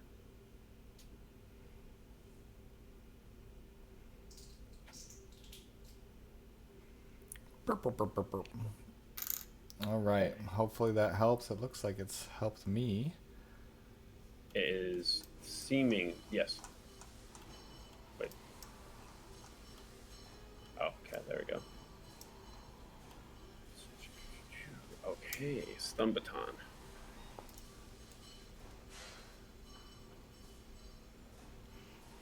Miss, as you take out your stun baton, he's so used to this. Oh yeah, you get 2. Multi-attack. He quickly scoops around. He's used to being on these high platforms and navigating, but he doesn't quite he expects you to do something that you don't do because you're a freaking space wizard. He does have to roll, I believe it's like for the stun baton. It is I believe it's a DC 13 saving throw. Or DC, yeah, because it's the stun quality. Or the electro baton. Let me just make sure I'm using that. Dexterity save? Yes, a shocking of 13 dexterity saving throw. Dexterity saving throw is 14. Okay. Yeah, that's my turn. Excellent. We move to... Wait, actually, I didn't use any of my movement. Oh, your Misty Step doesn't, I guess that, yeah. That's just a bonus action, right? Sure, yeah. I don't care about attacks of opportunity, but I'm going to move essentially about 30 feet between the two, whatever, here. All right, he's going to try to tusk you as you move. Oh, let me move you back real quick. Yeah, that's fine. Sorry. No, it's okay. I thought I turned that off. It's crazy how things just... Oh, he missed you. All right. And I'm trying to get, just because it's a little bit hard, I saw it was around like 30 feet to get right about here. Oh, you're trying to get there? Yeah. Wow. Wow. Yeah, see, it's... Yeah. It, like, decides to change settings without my permission, I swear. Okay. You're there. Does that work? And that's my turn. All right. Oh, let me just check. Nobody's there. Perfect. Euro. Okie dokie. Let's see here. Yeah, Euro's not in a good not in a good super great spot. It's kind of screwed. So he's gonna use critical analysis on Exile, who's standing next to him. Mm-hmm. Make sure that applies. Where is it here? There it is. Oh, did that actually apply anything? Yep, there it goes. Okay. Took a And second. No worries. He's going to then target the Minoc who is coming up at him and attempt to blaster pistol it. Actually, would that give me disadvantage since he's within 5 feet? Yes, technically it would. In that case, then Euro's going to use his free hand and use the vibro dagger he snuck in. Okay. Where's So you that? get out your pistol, you see it's coming too close, you whip around with your vibro dagger. There it is. With a nat 20, look at that dance. Oh, that was a good slice. That is a crit hit. As you... Both for ones. Yeah. Yeah, that's unfortunate. What a great roll to double. Thanks, Kane. Oh well, say levy. That's fine. I think that's everything Euro's gonna do. Staying there? Yes. Okay. Prone is not active on token. Remove condition failed. I don't know why that error just came up for me. Beetle. Yeah. Okay. I am going to attempt to grapple the Ugnaught once again. So. Oh, by the way, Euro will.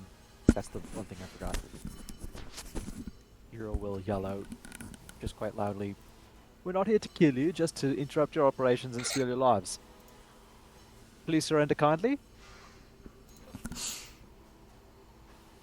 Can I use a persuasion? I'm just kidding. You're with a 20. He got a 17, so you are able to grapple him this time. All right. All right. So he is grappled with my bottom set of arms, and I'm going to hold my wrist blaster up to his head, and I'm going to Yell out. We have your boss. I have your boss in a situation. Put down all of your weapons. Okay, so y'all are trying to get them to stop. I've got your boss. I had to shrink him. He was the same size as you. That didn't make sense, Beetle. Yeah. Okay, anything else? I have my second action. I'm gonna. Well, before I do that, I'm actually gonna. Are there any bats still close enough? Are there any bats in the line of sight with me? I guess that one. I'm sorry, what? Oh. Sorry, I just realized voice mod on. That bat is in line of sight of me. The one next to the Xyle, right? I mean, you'd be able to tell if you hit L, but probably. Yeah, it is. It is. Okay. Okay. I'm gonna blast it with my second attack with my wrist blaster. Ooh, that was a crazy little animation. All right, as you attack and it does die, it does have that fun dying feature. So when it is killed, it will do this. Oh, it doesn't like incapacitate? That's weird. Hold on one second.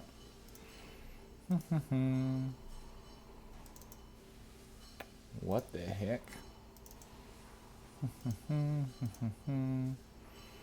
Let me get rid of that for a second, and then...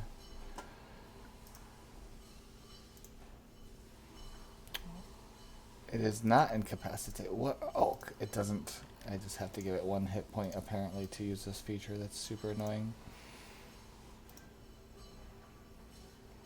Oh, no, it's just not gonna... Okay, so it is 10-foot square with Tibanna Gas Cloud. So that is going to affect, I think, probably just Xyle. So... Oh, fun. When Sorry a creature about that. other than the Minoc enters the gas cloud for the first time on a turn or starts its turn there. Okay, so it doesn't affect you yet. But there is a big old cloud of gas from Beetle exploding this thing, and suddenly, there you are again. Anything else, Beetle? But so I shoot the thing, and then I put the wrist blaster up to his head and just say, Lower your weapons.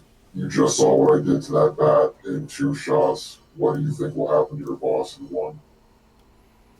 Okay, you're just shouting that through all the machinery and stuff? "Yep, see what's gonna happen." Okay, okay. Let's see. These guys... they all look pretty determined, and they are working for a Hutt crime lord. So this guy here hears you across the way, and he's gonna try to shoot you despite you having his boss in your arms. Ooh, that's gonna be a 22 to hit Beetle. That works. 7 energy damage. And the boss, too, he's got, even though he's grappled,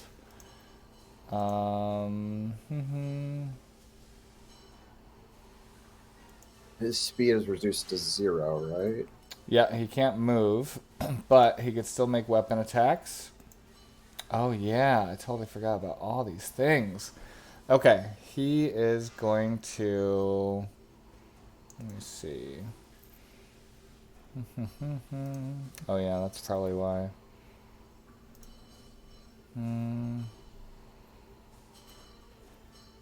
Nope, nope, nope, nope, nope.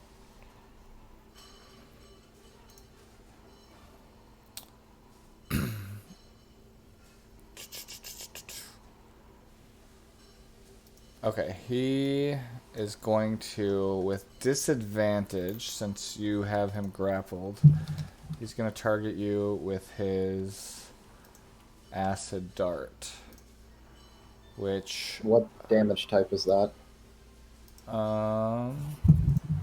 Acid dart is acid damage. Oh, acid is a damage type. I thought. Okay. Yeah, that's what it says, acid damage. So, it is... oh, I guess it's... A shimmering green dart streaks towards the target and bursts in a spray of acid. Make a ranged attack, and he's going to have disadvantage. So it looks like it's not going to roll for me. That's okay. The only reason I'm asking is because I'm immune to poison damage specifically. Oh, one sec.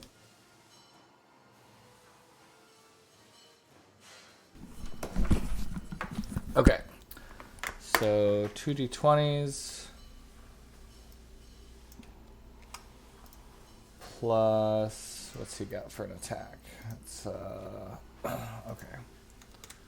It doesn't matter. He got a nat 1. So he tries to whip out this this acid dart, and it doesn't quite work, and he's just too grappled and such. And then that is all he can do. Okay. Mm-hmm. Oh wait, he does have multi-attack. I guess he can try and... He could try to tusk you, because that is a melee. So he's got his tusks, which is +3 to hit, resulting in a 10. So you see him just sort of struggling against you, trying to tusk you. Not so successfully.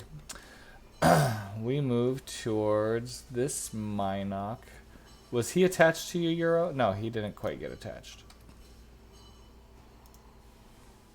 He will try now, though. And of course, I forget, I don't have these set up properly. +5. Euro's gonna get this Minoc attack for a 23. Unless you have a feature that can stop it, it'll be a 1d4 +3 kinetic damage. 4 damage to Euro as it attaches to you. You have a Minoc sucking your life force. Any questions on that? No, not at all. Minic. So the Minocs die and release gas. Yes, they do. Is the Was this one attached to you? that one? Yeah, you reattached me to one. Thank you. So at the start of your turn, you're going to take a 1d4 +3, which, oops, did I roll that? That's a 6 damage as it continues to suck on your life force. Does it stop at 10? Yeah, but you don't know that. Hang on. It says or until the target dies, so, you know. Oh, great. Yeah. Let me update my health. But is the gas flammable? Roll an intelligence check.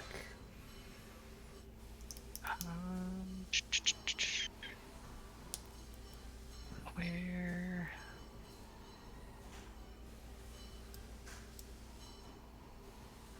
Oh, sorry. Lots of pop-ups to do that one. Yeah, you're not quite sure. You definitely know that it stung your eyes earlier. Well, I could try something targeting the one on Euro, the other one there, and the one next to the Ugnaught.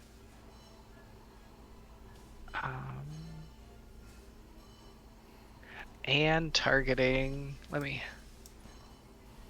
I do that. You're going to target 3 of them? Yeah. And the one attached to me. Okay.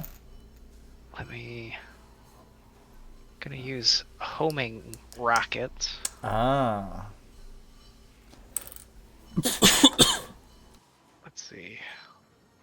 Hang on, it's not getting the pop-up window to choose what level. Come on.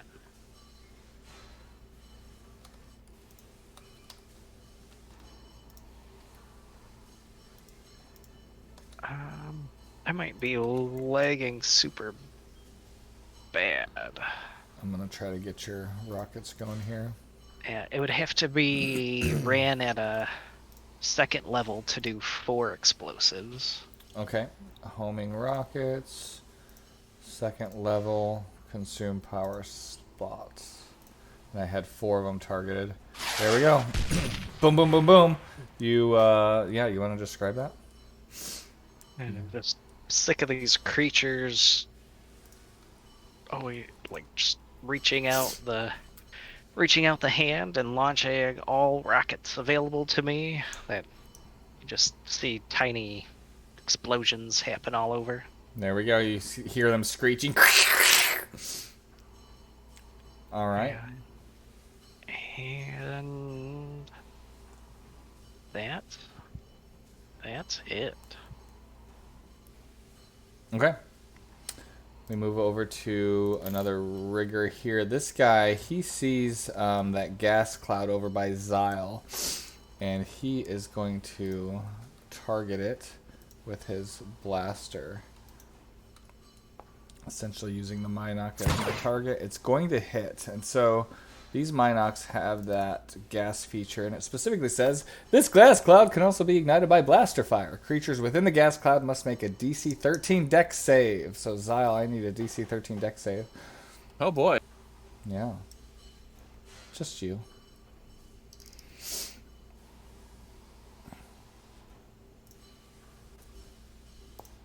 Let's go.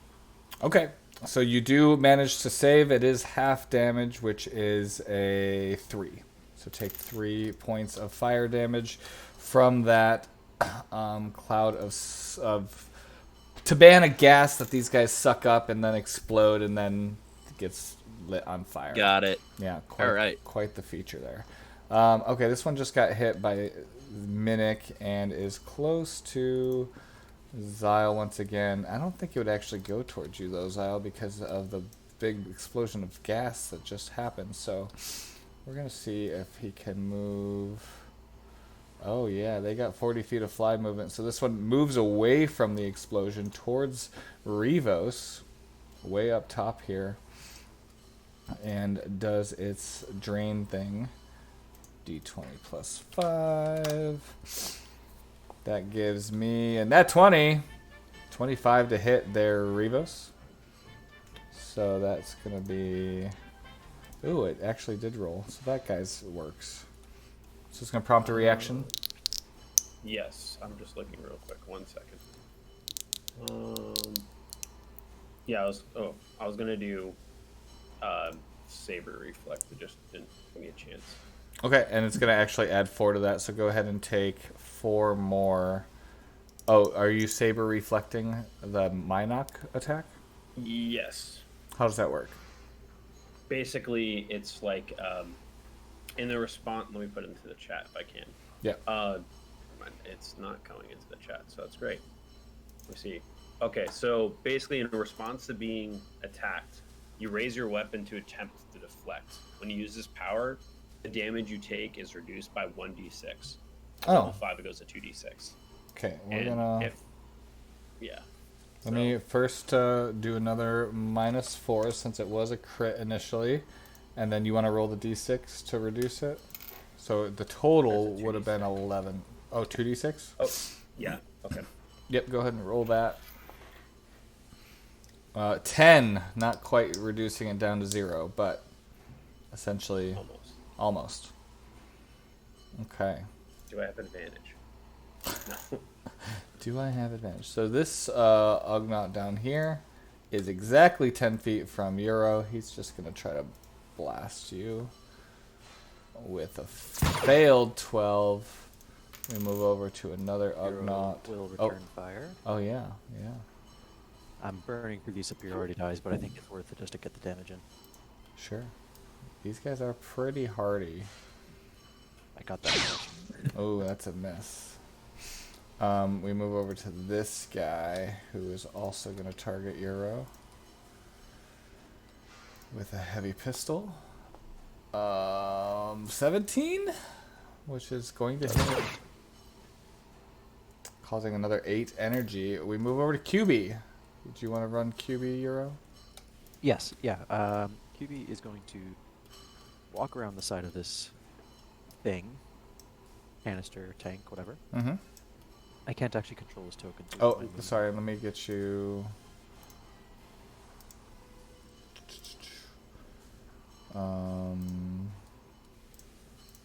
There you go. He's going around the other side, like this way? Correct. Okay. Is he hidden? Yeah. I'm just going to go ahead and give him the benefit of the doubt. Okay. He's going to target the one up there with his bow, and let me just make sure there's no features I'm forgetting here. The Sharpshooter practice, or the what's it called? The target was set to someone else, wasn't it? It was. I think it was set to the boss, and the boss never really moved. Ah, okay, that's fine then. Yeah, he's going to keep that target, then he's going to use the energy bow, the one up there. Okay.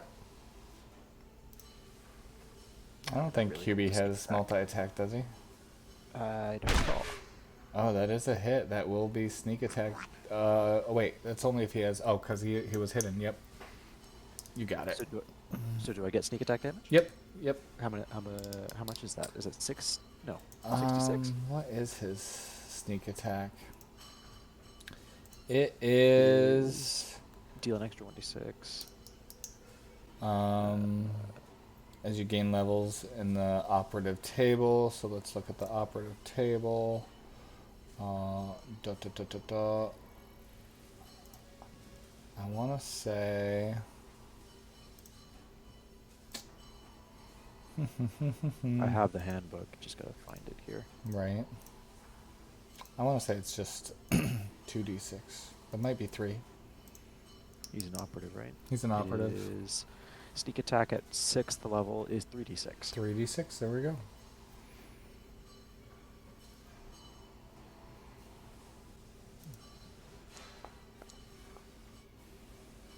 All So right, that I is will 9 damage. apply that to homeboy up there. He takes the 9. Delightful. And I think you only moved like 10, 20 feet, so you can move if you want. something like that. So you know what? QB's gonna run to the other side of this canister over here, and then hide again. Beautiful. Yeah, and that canister is up higher. It's just connected to another 3D object, so I didn't want to mess with it, but beautiful. Do I have to roll stealth again? Yeah. Do that. Which is a bonus action in this case, I believe. Where's that? Stealth. There. He might have a... Oh, I think I have a am I hidden thing. That's not working either. 15's going to get it for you, though. Doesn't he have an expert? Like, is that one of his reliable skills? What's it called? Expertise? Like his oh man, I don't remember what it's called. It's one of those things where like a rogue can't roll less than something. Oh, I don't know. I don't know if that applies in this case. Anyway, yeah, sure, 15. All right, that's not going to apply to anyone. We move over to the one that just got shot by QB. He sees Rivos up here. He's going to move this way across the platform to get a better shot on Rivos and essentially try his darndest. Oh my gosh. It's not letting me target Rivos. Oh, it wants me to target someone else. Can't be targeted, that's why. I know. The force guides me. That's right. Yeah, it doesn't. It's not happy. Something's not happy.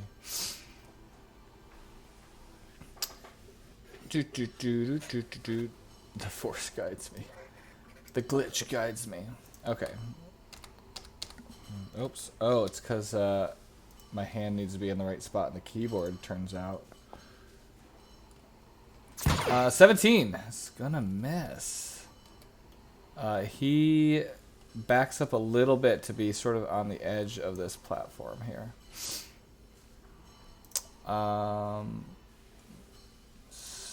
This guy's dead, so that's fine. This, nobody's in front of, okay. We move over to the one right in front of Rivos. You know what?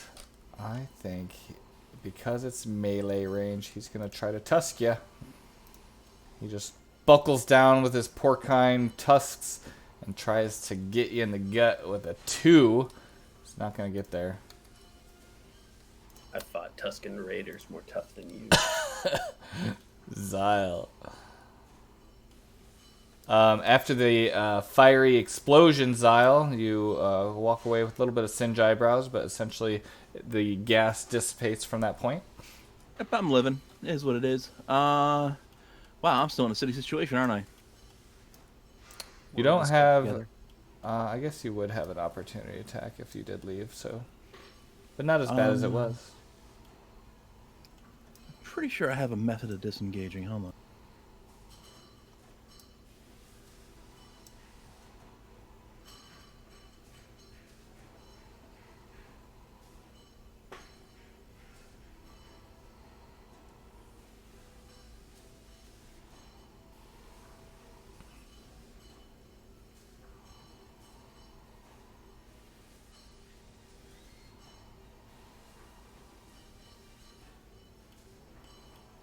Get rid of this bat that's Okay. in my way. So what I'm gonna do is we're gonna use Warp Strike. Basically, I take a melee attack against the target. If it hits, I can go to any empty space 10 feet of me. Oh. Who would you like to target? Gentleman in front of me. So we're going to use my Vibro Dagger, and we're going to see if I can land a hit. I have spoken.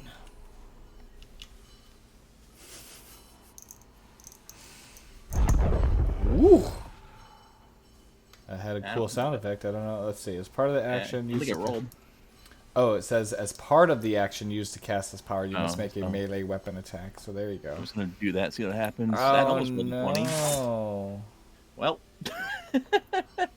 well, moving's still problematic because I'll probably end up killing me. So I guess I'm holding here for now. Yeah. What a fun situation. Not yeah, so we're pretty good. Screwed. We're pretty screwed down here, Exile. That's not gonna do anything. That's. Plan was to dip 10 feet to the left and then start running. Shit! I may have. Now, Done a dumb thing. We're gonna find out. This guy up here. Oops! I didn't really want to pick him up. This guy.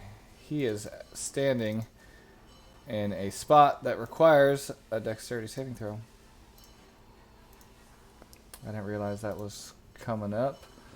Oh, and he fails. Let me remind myself what this does again. This is going to be... if the creature fails, it takes 2d6 fire damage. Gosh, he must have been distracted from... oh, wow, that was so great. I rolled 2 ones. So this thing erupts in blasting, superheated...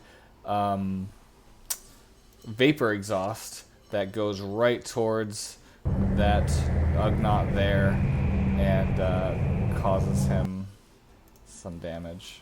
There we go. That was a good effect. Okay. And all the while you see ports and stuff moving and throwing out vapor and smog and whatnot. This guy's still attached to Minnick, right? You blasted him with one of your things, but let me just check the feature again. The energy drain. At the start of the Minox's turn, yeah, it's his turn, so you're going to lose another... Because you never detached him, right? 4 damage to Minnick. Brr, brr, brr. And then it is going to detach itself, since it's got its 6 points of energy. So it will detach, and I think it'll stay there. Actually, it's not that smart. It's... Then just go away to its home because it's full. It is pretty full. Yeah, he's like, I'm going to fly up here to this tank. Did you want an opportunity attack him or no? I only have a blaster, so that's... Okay. Can't really do that. We move over to this thing. That's not going to affect anyone. Another Minox. This guy closer to y'all. Oh, wow. He's going to target... Who's... Yeah, you guys are... This one's going to go after you, Zyle, with an energy drain of D20 plus 5. 22 to hit, which is going to hit for 1d4 plus 3. 7 kinetic damage as it attaches to you once again. Let me get it a little closer. These guys love to suck your life. Rivos, you're up here. You just saw the guy try to make a blast at you, then get blasted by Vapor himself. This other one on the edge here with a Minox nearby. Is it possible if I pushed this Ugnaught into the Minox into the ground? Like, just like make sure they hit into each other and they both fell. Yeah, anything's possible. I'm gonna call that more dexterity than strength because you're trying to navigate him to a certain spot, unless you just want to push him off the edge. But then he might not hit the bat. Yeah, well, I was thinking if I moved like 3-ish feet, like 5 feet, like right in front of him. Oh, sorry, just perspective. Mm-hmm. 1 second. I just want to make sure I can get there. The very hard thing about sometimes the 3D. So if I'm like I hear ya. about like here. So kind of you see how he's facing his back is facing towards the bat. I just want to like position myself that way and then push him. You want to do strength? Yeah, if that's possible. Okay, he's gonna try to dex. So contested your strength versus dex. Okay. He rolled pretty high. Is this a strength check? Oh yeah. All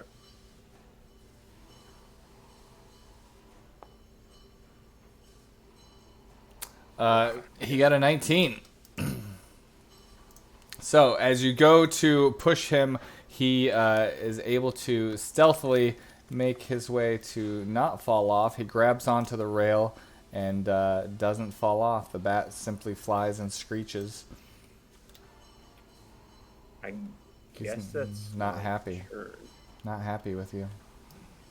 Yeah, I really can't do much. Okay. So that's my turn. All right. This port doesn't affect anyone. Euro. Oh, still pretty screwed. Yours critical analysis is still on exile. Oh yeah, Zyle, you have a +4 to ability checks or attacks or whatever. Awesome. Attack, saving throws, ability check, etc. Yeah. Sounds good.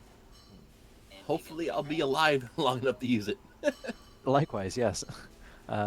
He's going to take another Viper Dagger swing at this little bastard close by to him. Okay.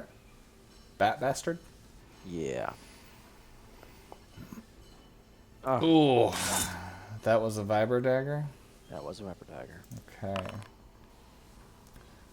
You lose your footing. Roll an acrobatics check. Acrobatics. You know what? That might not actually be a bad thing if I fall down. It means the ranged guys can't shoot me as easily. It might not be a bad thing. Where's acrobatics? Jeez. It's alphabetical. Yeah, with a 5, you do fall prone, and your turn is ended, and all melee weapon attacks have advantage on you. Oh, well, that completely negates the point of being prone. Oh, well. Yeah, that's what, All right. Wow, that really sucks. Okay. Nat ones are supposed to suck. Beetle! Let's see if we could do... Yep. Oh, we might not get through this round, but that's okay. I actually have somewhere that I have to be right after this, so if this takes a while, I may have to just jump at 10. But all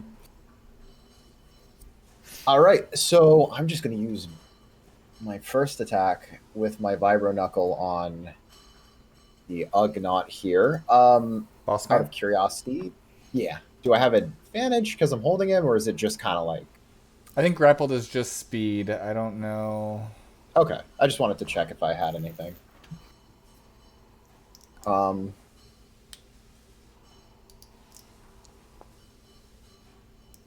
Ooh. You do miss. He, as you try to slice him, he sort of still is wiggling in your arms, and you manage to sort of miss. Well, I'm gonna try again. Still getting used to figured. these extra arms. So. Yeah. Go to pound him once more. This time a 16 will hit, and applies your brute force. Yeah. And I am going to also... I'm going to do weak point strike. I'm going to use a superiority dice for this one. On him. So, if you hit a creature with a weapon attack... Oh, he succeeded. Okay.